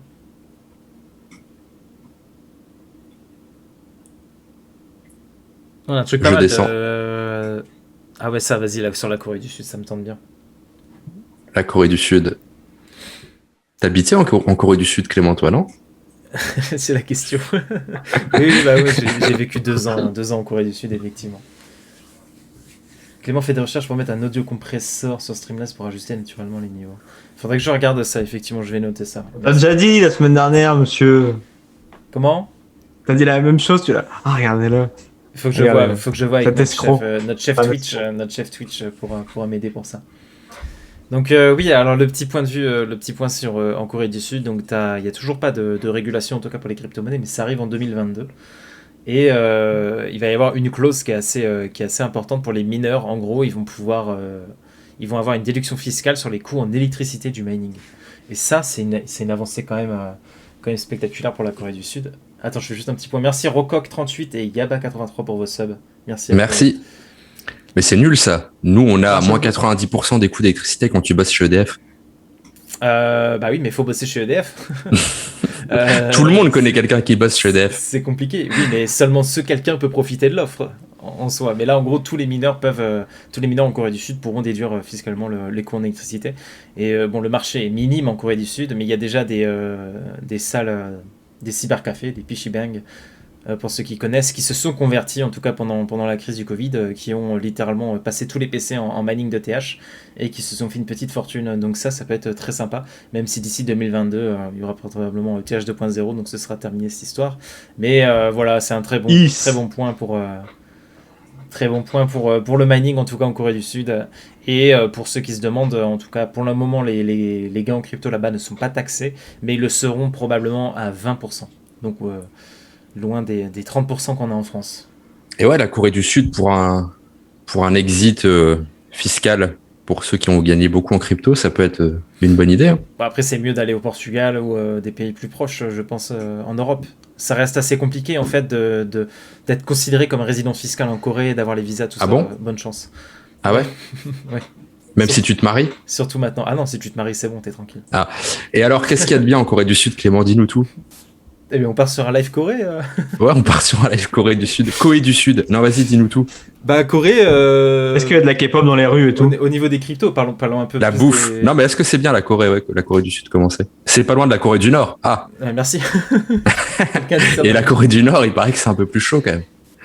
Non, bah, tu ressens aucune pression par rapport à la Corée du Nord. T'as rien. Même si t'es à Séoul à 50 km, tu t'en fous, entre guillemets. Tu peux même aller visiter la frontière.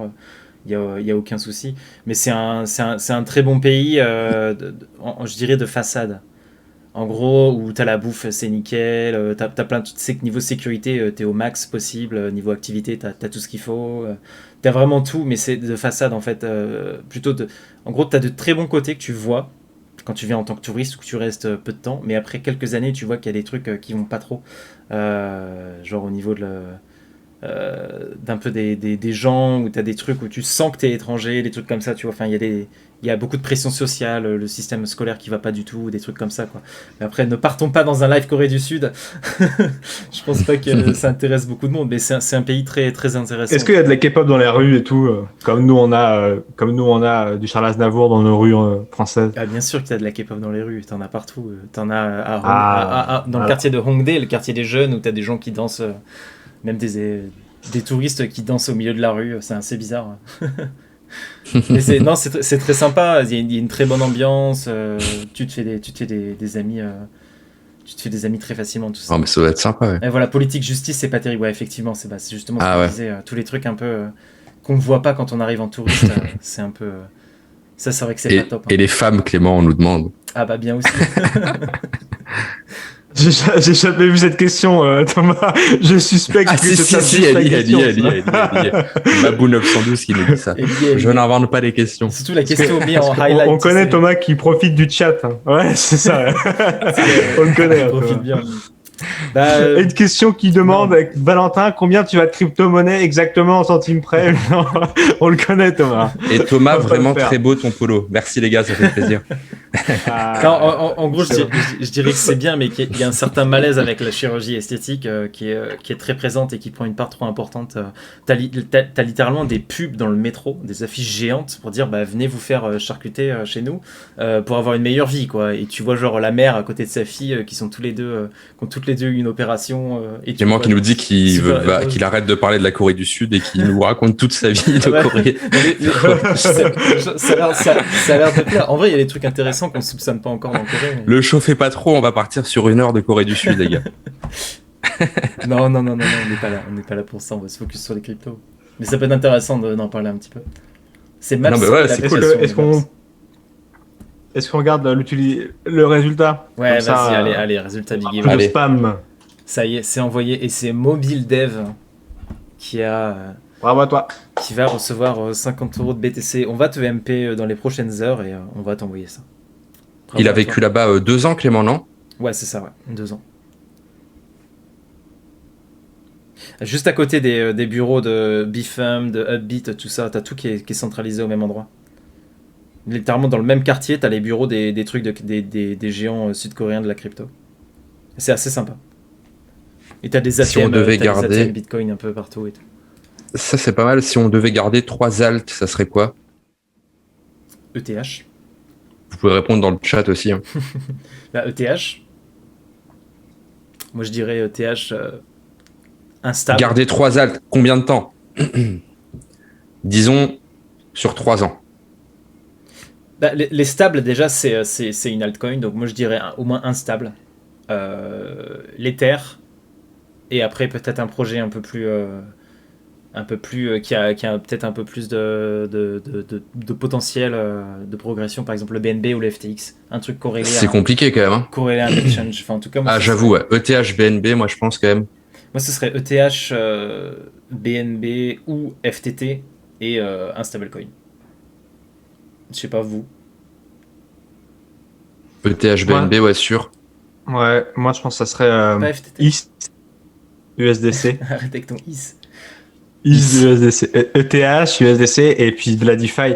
Donc probablement soit du Uni, soit du AV, exactement. Allez, AAV. Nice, bien. Pareil, je pense. Moi, je dirais ETH, BNB, AV. Sur du long terme, 3 ans, quoi. Putain. Et les gens, ETH.ADA, ETH Eagle Link. Si, mais BTC, c'est pas un altcoin, mais bien sûr. Oui, bien sûr, mais il est au-dessus. Là, on parle des alts. C'est-à-dire toutes les cryptos à partir de la 2e crypto du classement. Ouais, tout ce qui n'est pas Bitcoin. Altcoin pour alternative coin, donc effectivement, tout le... AVAX. Ouais, après, c'est juste que tout ce qui est AVAX, Sol et tout, l'écosystème est pas assez mature, je trouve encore. Vu que les instituts chargent sur ETH et que son utilisation dans la DeFi est exponentielle, la baisse de la dominance du Bitcoin ne serait pas définitive. Oh là, faut pas trop énerver le roi Bitcoin parce que quand il se réveille, il fait pas semblant. Mais c'est possible. Après, là, la dominance, je sais pas, vous avez un site pour l'avoir? Juste tu mets Bitcoin dominance CoinGecko, tu l'auras. Ou BTCD sur TradingView, ouais. La dernière fois qu'elle a chuté autant, c'est pas bon quand même quand ça chute autant. C'est mieux d'aller voir sur CoinGecko parce que t'as aussi les autres cryptos en même temps. Enfin, moi je te conseille d'aller là-bas. C'est pas ça. Shiba je trouve pas, chef. Binance, comment ça? Non. Je trouve pas, chef. Hein? Tu mets Bitcoin dominance CoinGecko et ça va être le premier lien.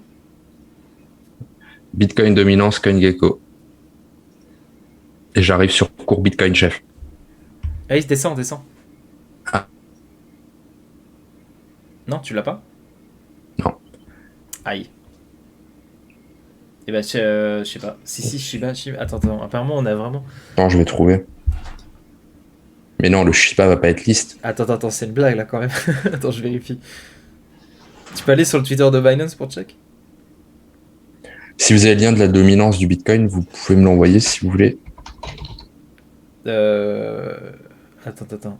Alors, Non, Binance. c'est vrai, c'est no fake. Hein. Il y a bien le Shiba token qui débarque sur Binance. Ah, Mais non, Si.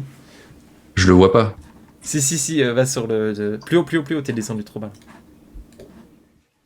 Sur le. Ah, faut que t'ailles sur le Twitter de Binance. Binance will list Shiba token. Ce n'est pas une blague. Allez, faut all-in, c'est parti, on all-in. Mais non, c'est non, trop mais tard, en chef. direct. Dis pas ça. Je le fais en direct là, je mets 1 million là. Faites-le avec moi, tous ensemble. Non mais le pire. Arrête. On va se faire ça. Les propos de Valentin n'engagent que lui. Les propos de Valentin n'engagent pas l'équipe de Cryptost. On se désintéresse de ce. All-in, De ce bien sûr, Shiba ouais, maximum. ils sont là, les gens qui aiment les risques, all-in. Exactement. J'ai Je acheté suis hier. Ah bah, all-in, voilà, ouais. allons-y. GG à ceux qui ont bien joué à ceux qui ont acheté hier en tout cas. Voilà. Sacré coup de bol quand même. Merci pour le lien là dans le chat. Dominance. Là, vous voyez cette chute là? Direct. C'est hard quand même. Hein. Voilà. Regardez 2018. On a eu une belle grosse chute là même. Sauf qu'ensuite, quand c'est remonté, en fait, c'était la fin du bull run. Après, je dis ça, je ne dis rien. C'est ce que Matrix a dit. Il faut surveiller la zone des 35, 36, Ouais. 36 de dominance. Mais là, c'est tombé vraiment en ligne Et- droite. C'est un peu ce qu'on est en train de faire. Ouais. Et quand la dominance du Bitcoin a vraiment été aussi basse, ça veut dire que c'était un peu ce qu'on appelle une alt season, c'est-à-dire que toutes les alts avaient un peu surperformé, elles étaient en train d'exploser. Il y avait beaucoup de liquidités dans les alts. Et du coup, ensuite, là, quand vous voyez cette remontée, là, c'est déjà la fin du bull run. Là, ça y est, on est en bear market ici. Entrée du bear market pendant longtemps. Enfin, voilà. Moi, je suis pas fan de la baisse du dominance du Bitcoin. Après, bon, ça peut être différent hein, cette fois. Bah, peut-être que c'est un peu trop rapide, je pense. Moi, je trouve ça bien parce que ça laisse la place à d'autres crypto-monnaies comme l'Ether, du coup, qui surperforment, mais peut-être que ça va un petit peu vite, effectivement. On aura peut-être un retournement aussi rapide et le BTC qui reprend le lead et qui fait saigner toutes les autres cryptos. À voir, pour le moment, ça se passe assez bien. Ouais. Et c'est fou, hein, la dominance à l'époque. Vous avez vu? On était à plus de 90% de dominance. Ouais, il était quasi seul. Hein. Après, t'as Ethereum qui est arrivé. Ça a bien baissé quand même. Hein. C'est assez violent. Est-ce que vous pensez qu'on peut toujours investir dans le Shiba? Ouais, là, je pense que c'est un peu risqué. Hein, si tu investis au listing, ça va partir comme une fusée peut-être. Ou alors ça va. C'est du casino. Hein. Non, mais c'est casino là. Il y a pas aucun fondamental. Il y a rien. Voilà, il y a rien derrière ces coins. Faut faire gaffe. Hein. Go faire du gambling. Tu peux aller voir le cours du Shiba juste pour voir. Allez. En tout cas, le seul conseil, c'est ne vous accrochez pas à tous ces tokens le jour où ça commence à corriger, parce que bon. Bah, c'est les premiers. Ils feront au moins 99,5%. Ah oui, quand même, ok. 33% déjà. Oh, ah oui, ok. Eh ouais. Pas mal. De combien à combien? Sur le listing, là, la dernière poussée, c'est quoi? C'est le listing de Binance. Il est passé, ok. Je pourrais pas te dire parce que c'est trop bas en dollars. Vas-y, ouais, 0,004 à combien? 2100. Ok, bah c'est les 30%, donc, ok. C'est assez violent et ça fait. Tu vois que le truc. Enfin, il suit largement. Il suit en fait le cours du Doge. Hein. C'est un clone du Doge, hein, si je dis pas de bêtises, il n'y a rien d'autre. Non, c'est juste on surfe sur la hype du Doge. Ouais, par contre, s'il arrive dans le top 100, ça fait bader quoi. Et sinon, il y a une. Ah oui, Shiba est listé sur Binance, ouais, c'est. Il y a une IDO sur Solana là. Je vous en ai parlé. Ouais, Mercurial Finance. Alerte. Non, ouais, mais je crois que tu en parles ou pas non, dans la vidéo, non? Ou tu restes sur du fond? Non, je dis qu'il va y avoir une IDO, mais j'avais pas le nom. Enfin, en tout cas, ah ouais, c'était là. Ça arrive sur Solana là dans quelques jours. Est-ce que tu peux voir le communiqué officiel? Je crois qu'il faut stock. Il faut stack du Ray. Il est déjà dans le top 100 le Shiba. Oh non, mais arrêtez. C'est pas possible, j'ai pas suivi ça. Il faut avoir un minimum de 50 Ray stacks sur Le Ray single staking, machin chouette, c'est ça. C'est quand vous êtes sur Raydium, vous allez dans staking et là vous avez Ray. Et là, faut en stack au moins 50. Et ça sera pour participer à l'IDO sur Accelerator ici. Où il y a eu Media il y a pas longtemps. Media qui était à 10 USDC le prix du token et qui a été listé entre 150 et 300. Donc c'était sympa. Voilà. Pas un conseil en investissement. On sait pas ce que ça a donné avec Mercurial, mais à noter que voilà, c'est dans quelques jours et il faut avoir les tokens stake à partir du 12, je crois, non? Il me semble que c'est ça, ouais. Je suis pas sûr, ça, on est vérifié. Mais il faut voir tout le process, hein. C'est pas 7 jours avant, ouais, c'est ça. Shiba, Ouais, faut lire. Bah voilà. Alors attendez, pour le Shiba, je suis en train de vérifier, mais bah non. voilà, ça a du sens. Voilà, vendez vos AAV, vendez vos DeFi pairs, achetez du Shiba. Faites n'importe attention, quoi. Logique, ça. faites attention sur CMC quand même. Mais non. C'est la logique, ça, les Je gars. vois pas de Shiba 23e. Checkez Bien sûr que c'est ça. CoinGecko Merde. plutôt. Il aurait, All in Shiba, il aurait 9 milliards de market cap, le Shiba. Mais Non, bien sûr. c'est quoi cette blague? All in, le Shiba. Arrête de troll. Les gens, ils vont all in. J'ai all in, ça y est. C'est Je nimp, suis ça. dans le train. Il est vraiment à 9 milliards de NCAP là? Non, mais c'est... Et oui, il a 9 milliards. Qu'est-ce qui te surprend? Ton flow, il est bien. Combien de market cap ton flow, là? Écoutez-le, ce singe là qui a en 2019. Est-ce que le staking comporte une part de risque?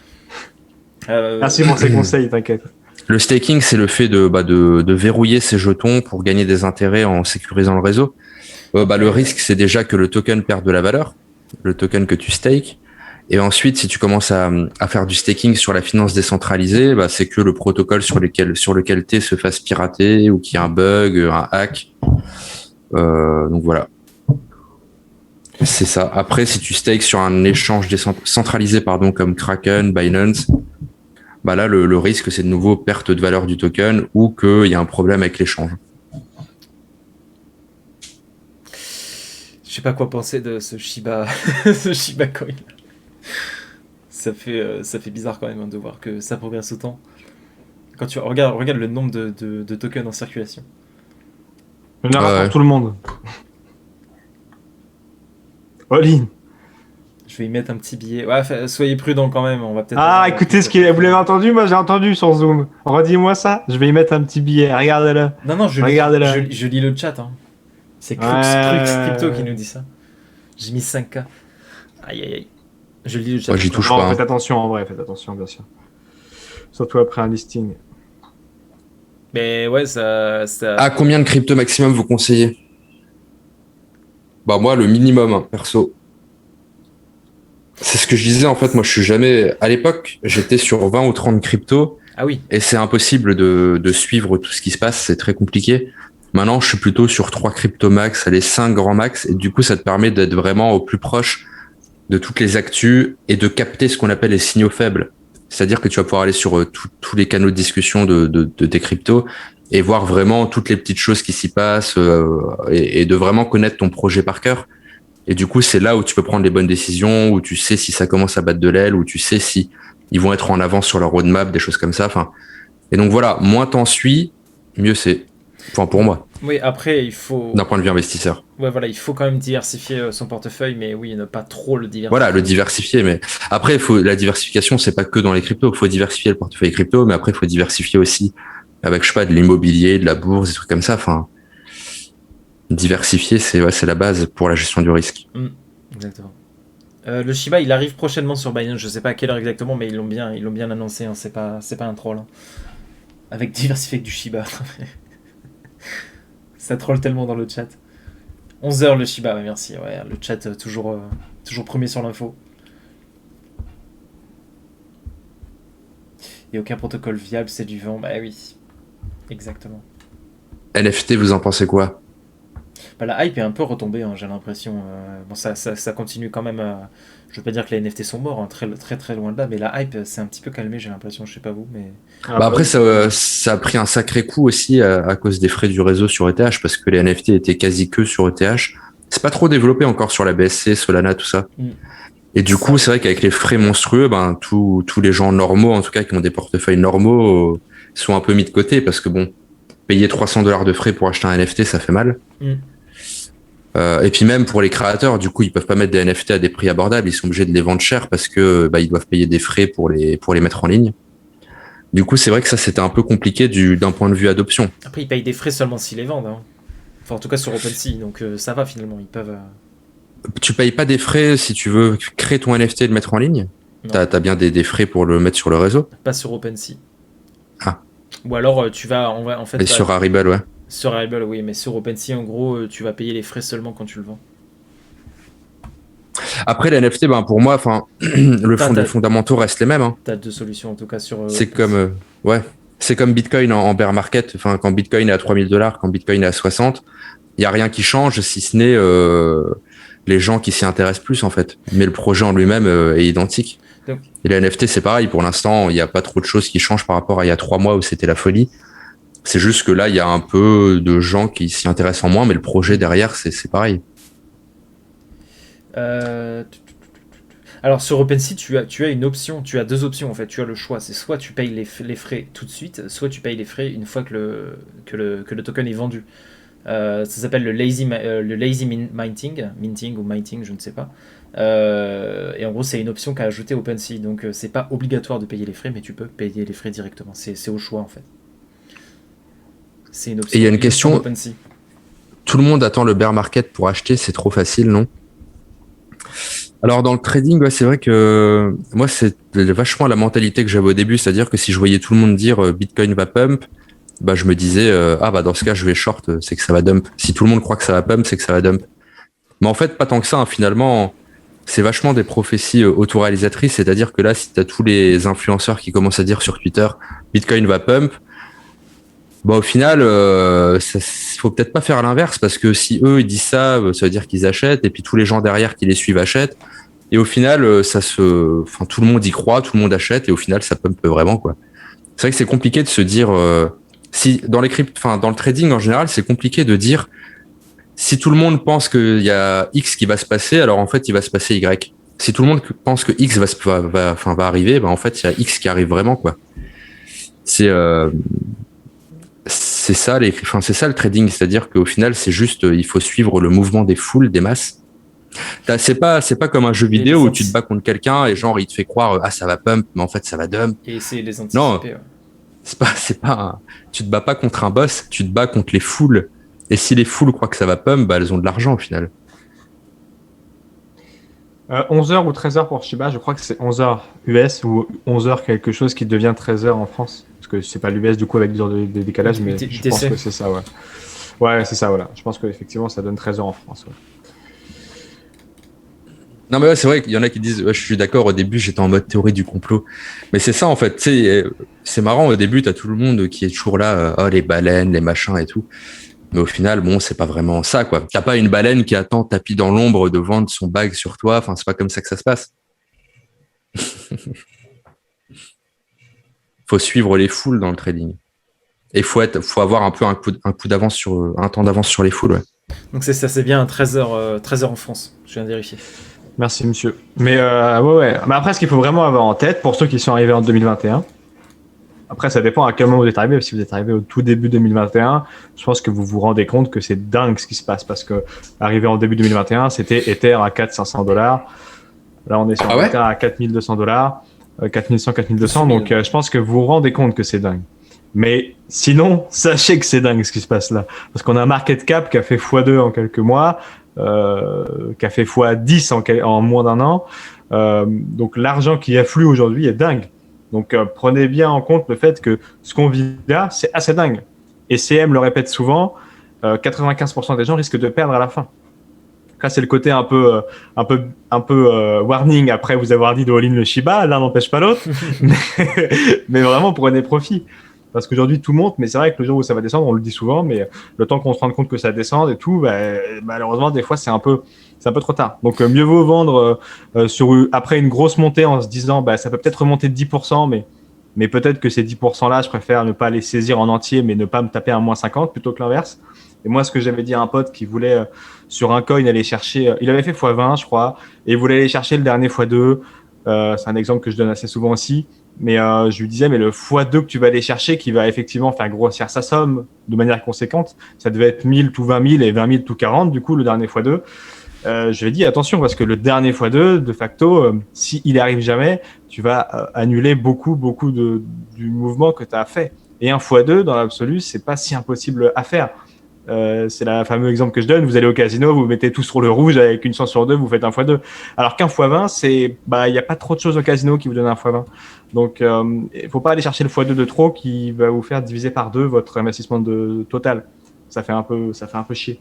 Donc, ouais, on va encore en perdre. De facto, on tolère. Non, on tolère pas ça. Valentin, tu supprimes cette expression tout de suite. Ça, on tolère pas ça. De fait, in fine, on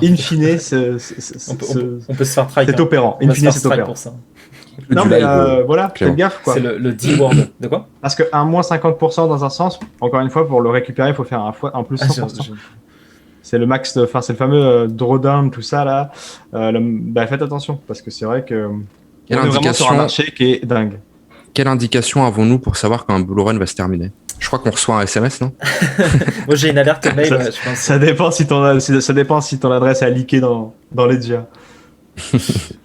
Merci Chloé. Personne ne peut le prédire, malheureusement, on aimerait bien. Mais... Non, il y a un truc qui ressort quand même, c'est peut-être un moins 40% sur Bitcoin, quoi. Si t'as un moins 40%, là, c'est vraiment chaud. Moins 30%, ça va. Moins 40%, alerte. Et on nous disait, mais c'est compliqué d'acheter en bear market au niveau de la psychologie du cerveau. C'est compliqué d'acheter quand tout est bas et de vendre quand c'est l'euphorie. C'est compliqué, mais c'est ce qu'il faut faire. Là, c'est l'euphorie. C'est là où il faut commencer à vendre une partie. Là, vous le voyez, je pense, autour de vous que c'est euphorique. Non, et c'est vrai que quand... Ouais. Mais c'est vrai que c'est compliqué. Je sais pas si vous achetiez, toi Valentin non parce que t'étais pas là, mais toi Clément, je sais pas si t'achetais en 2018-2019 quand c'était hyper bas. C'est le Bitcoin qui était à 10 000, ensuite 8 000, 6 000, 4 000, 3 000. J'ai hold. Non. Ah, je continuais d'acheter, d'investir un peu, en euros.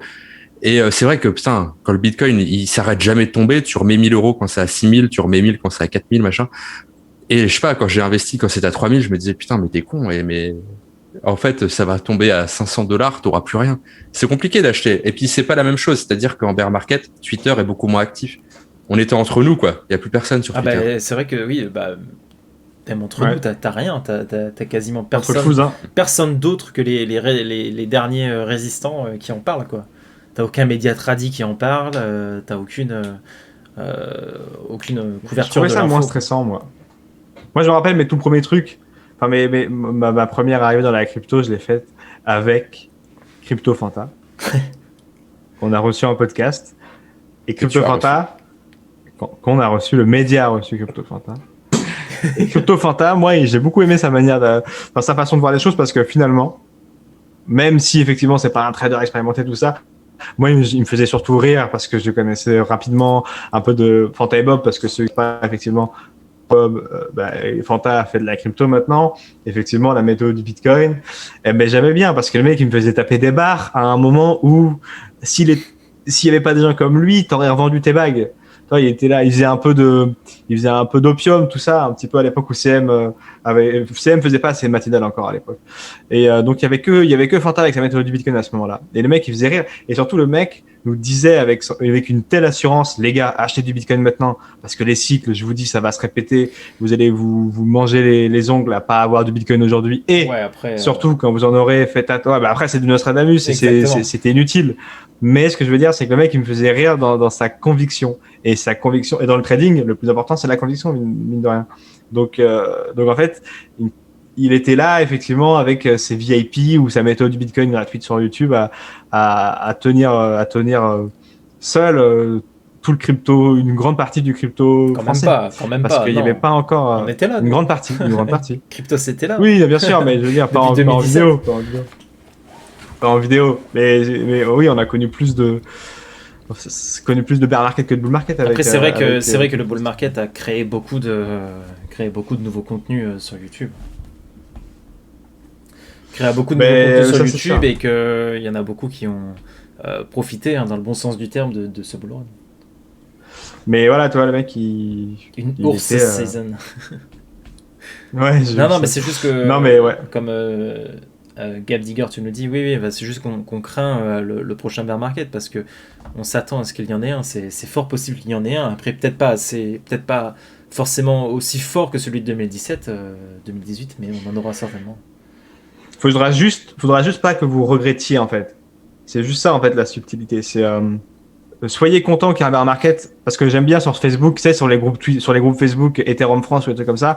À chaque fois que ça baisse, il y a des gens qui viennent pigner parce que ça baisse. Et à chaque fois que ça monte, il y en a qui pignent parce que ça monte et qu'ils n'avaient pas assez recharger et qu'il faut que ça rebaisse pour pouvoir recharger. Enfin, il y a des deux. Et soyez content le jour où ça baisse. Et pour être content le jour où ça baisse, il faut avoir vendu quand c'était haut pour avoir du stablecoin, pour recharger si vous voulez recharger ou pour pas pleurer si on est parti sur 2 ans de baisse. C'est ça en fait qu'on essaye de vous dire. Oui, Thomas il est parti acheter du Shiba. Il est parti acheter du Shiba là, il va nous rejoindre après. Il vient de Long levier x50. x100. Sur Wobi. x50, c'est pour les petits joueurs. Mais voilà, c'est juste. Ça dépend si vous arrivez à dormir ou pas. Moi, je sais, comme Thomas disait, il y a quelques semaines, je dormais bien, mais des fois, je me réveillais en me demandant est-ce que le marché il est bien. Et du coup, j'ai vendu une partie de ma plus-value, effectivement, pour être plus safe. Et maintenant, ça va mieux. Donc, juste prenez conscience de la puissance du marché aujourd'hui. Parce que quand on a le nez dedans, on se rend pas compte de ses plus-values. Des fois, je sais pas si vous tenez un Excel d'ailleurs, c'est une vraie question dans le chat. Est-ce que vous avez un agrégateur, enfin pas un agrégateur, mais un tableau qui vous permet d'avoir un œil sur tout, du type Zerion, Zapper ou autre, ou est-ce que vous avez un Excel, ou est-ce que vous êtes même pas au courant des plus-values que vous avez générées, et du coup peut-être vous allez un jour vous dire ah putain j'avais généré autant, je savais même pas et j'ai pas vendu à ce moment-là. Il faut avoir un œil sur tout. Donc ouais, CoinGecko c'est cool, mais c'est mieux d'avoir effectivement Excel automatique, Excel, cahier papier c'est très bien aussi, Delta, Blockfolio exact, portfolio maison très bien. Essayez d'avoir une vue globale sur les plus-values que vous avez effectivement réalisées pour pouvoir vous rendre compte à quel moment faut vendre. Ça donne un indice. Donc, vous avez raison d'avoir un petit bloc-notes ou un petit portfolio pour suivre tout ça très bien. Ouais. Donc là, vous pouvez vous rendre compte de la plus-value. Normalement, vous êtes à peu près tous dans le vert, je pense. Donc, à partir de là,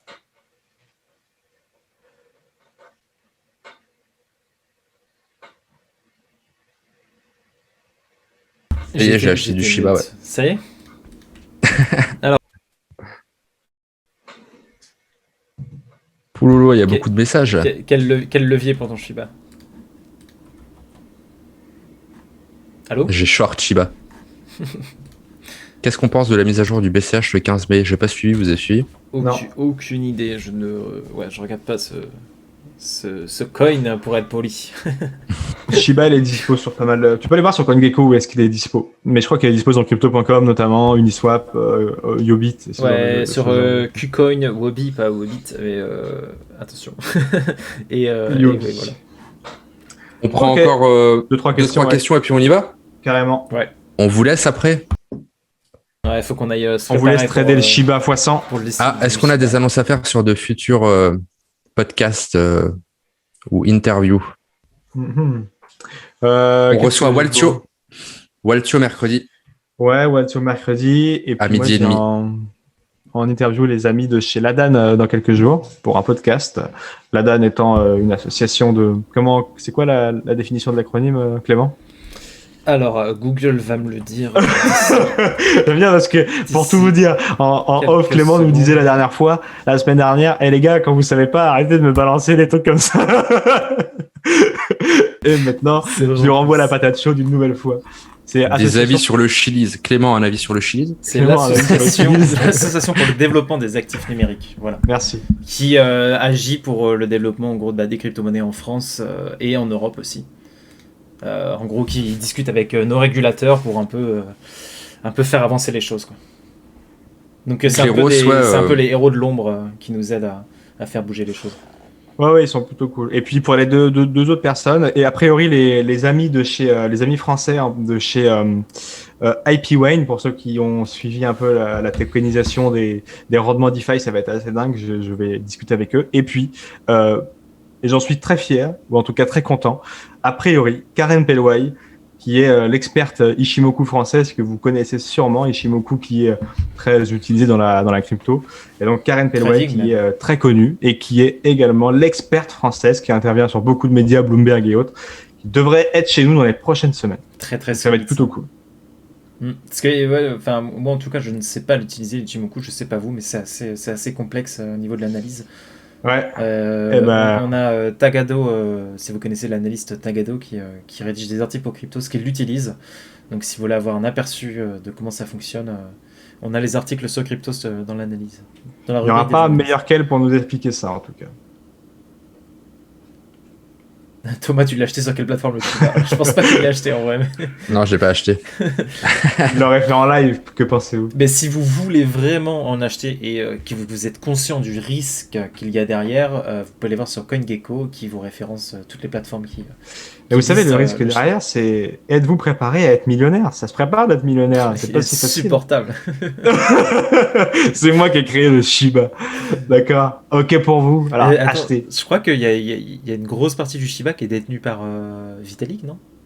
Les créateurs lui ont pas envoyé, je sais pas, il y a pas une histoire comme ça? Le chat va nous le dire, ils sont toujours premiers sur l'info.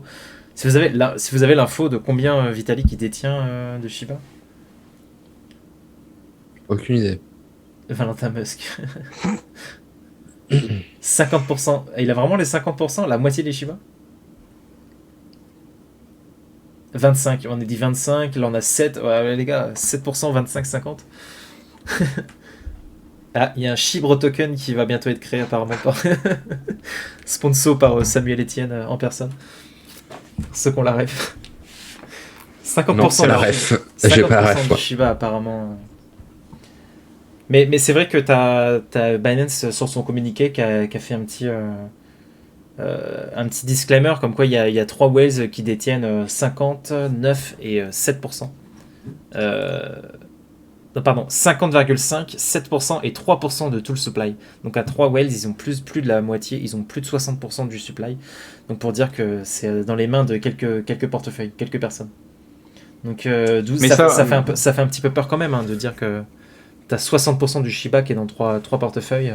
Ouais, totalement. Mais ça aussi, on terminera là-dessus. Ça aussi, ça peut vous donner une indication sur où est-ce qu'on en est dans le bull run. Bitcoin, effectivement, qui voilà, on le voit partout. Shiba, Dogecoin, ETC, BCH, tous les fantômes là de 2017 et des trucs qui n'ont aucun sens, qui pompent aujourd'hui. Ça vous donne une indication de où on en est dans le délire du collectif et des entités qui viennent mettre des milliards pour faire pomper un truc qui n'a pas d'autre intérêt que rien justement. Donc ça vous donne aussi une indication de là où on en est, déjà de l'éducation qu'il faut faire sur ce qu'il y a derrière, parce qu'il y en a comme vous qui savent très bien que il y a rien derrière, mais c'est marrant et why not si on peut faire de l'argent. Mais je pense que malheureusement il y en a qui ne savent pas la différence entre du Doge et du Bitcoin ou du Shiba et qui vont acheter en pensant que détenir de la crypto c'est pareil. Donc il y a un travail d'éducation à faire et on tous les jours avec Cryptos, mais il y a aussi un travail de regarder où on en est pour que ces choses-là arrivent à un market 10 milliards, dépassent des projets avec des gros fondamentaux qui sont là depuis 2017, voire avant. Vous pouvez vous dire effectivement on n'est pas au début. Après tous les trucs genre Bitcoin, c'est juste des gens qui maintenant essayent de gagner de l'argent sur votre dos. Hein. Et ceux qui le chillent, là j'en vois plein qui chillent ça dans le chat et tout, c'est des gens qui ont essayé d'acheter un peu plus bas, qui essayent de vous revendre leur bague, mais c'est des projets complètement inutiles qui vont dump très prochainement. Et c'est juste des gens qui, sous couvert d'une belle plaisanterie, essayent de gagner de l'argent sur votre dos en vous le faisant acheter. Donc voilà, faites gaffe à l'humour sur Twitter, l'humour dans la finance en général. Ceux qui essayent de vous vendre de l'humour, c'est surtout qu'ils essayent de se faire de l'argent sur votre dos. C'était le mot. Moins 90% en bear market, probablement même beaucoup plus, moins 99. C'était le mot que, pour conclure, Thomas, c'est ça. C'est le mot de la fin. Voilà. De toute façon, ouais. Il n'y a pas d'humour dans l'argent. Il n'y a pas d'amis dans la finance sur Twitter, les gars. Mais on a trouvé un petit streamer là pour le raid. On sait pas de quoi il parle. Non, Clément dit j'aime pas. Qui est-ce qu'on raid? Non, en vrai, je dis faut faire attention quand on raid des gens qu'on ne connaît pas parce que on sait pas trop comment est-ce qu'ils vont vous aiguiller et nous on essaye d'être assez d'être axé sur faites gaffe à vos investissements. On estime être assez neutre là-dessus, donc c'est pour ça que je dis faut faire attention sur qui on envoie en fait. Qu'il faut check avant la personne si elle est sérieuse, tout ça, tu vois. Bon raid sur Corben, on nous dit. Allez, raidons Corben. Chose qu'on peut. Merci en tout cas. Merci de nous avoir suivis. comme par exemple Koé, tu vois, on l'a raid le jeudi, on a vu que c'était quelqu'un de sérieux, donc on peut le raid sans problème. Non mais c'est vrai. Oui, le tirage au sort du BTC a eu lieu, effectivement. Et d'accord, très intéressant. Shiba, ils ont envoyé 50% de la supply à Vitalik pour que les particuliers pensent que le projet est soutenu par lui. Si c'est vrai, bon, je pense que c'est vrai. Si tu le dis, effectivement, pas joue, mais du coup, ça vous donne une idée de la tentative d'escroquerie qui est derrière. Merci beaucoup, en tout cas. Le token Broly. On va tout avoir. On se retrouve demain sur YouTube mercredi. Avec Vincent Gall et mercredi midi et demi avec Waltio. Mercredi midi et demi, on aura Waltio pour parler de leur logiciel là, pour la fiscalité qui vous aide à déclarer. Ouais, merci en tout cas de nous avoir suivis. Ouais, bonne journée à tous. Raid un stream qualitatif un minimum, c'est bien. Oui. Ouais, on va raid Corben. On va raid Corben. Ça va le forcer à parler un peu de crypto. Donc, on vous invite à le rejoindre. Bonne semaine à tous. Salut. Et bonne semaine. Merci à tous. Je crois que, à quelle heure, Vincent? Je crois que c'est vers 13h. Max. Vincent, ouais, vers midi 13h demain. Ouais. Donc parfait. Attendez d'avoir la vidéo et vous commencez à manger en regardant l'analyse. Ça, c'est merci pour vos messages. Et merci à tous. Allez, salut, bonne semaine à tous. Merci à tous les subs du jour. Salut.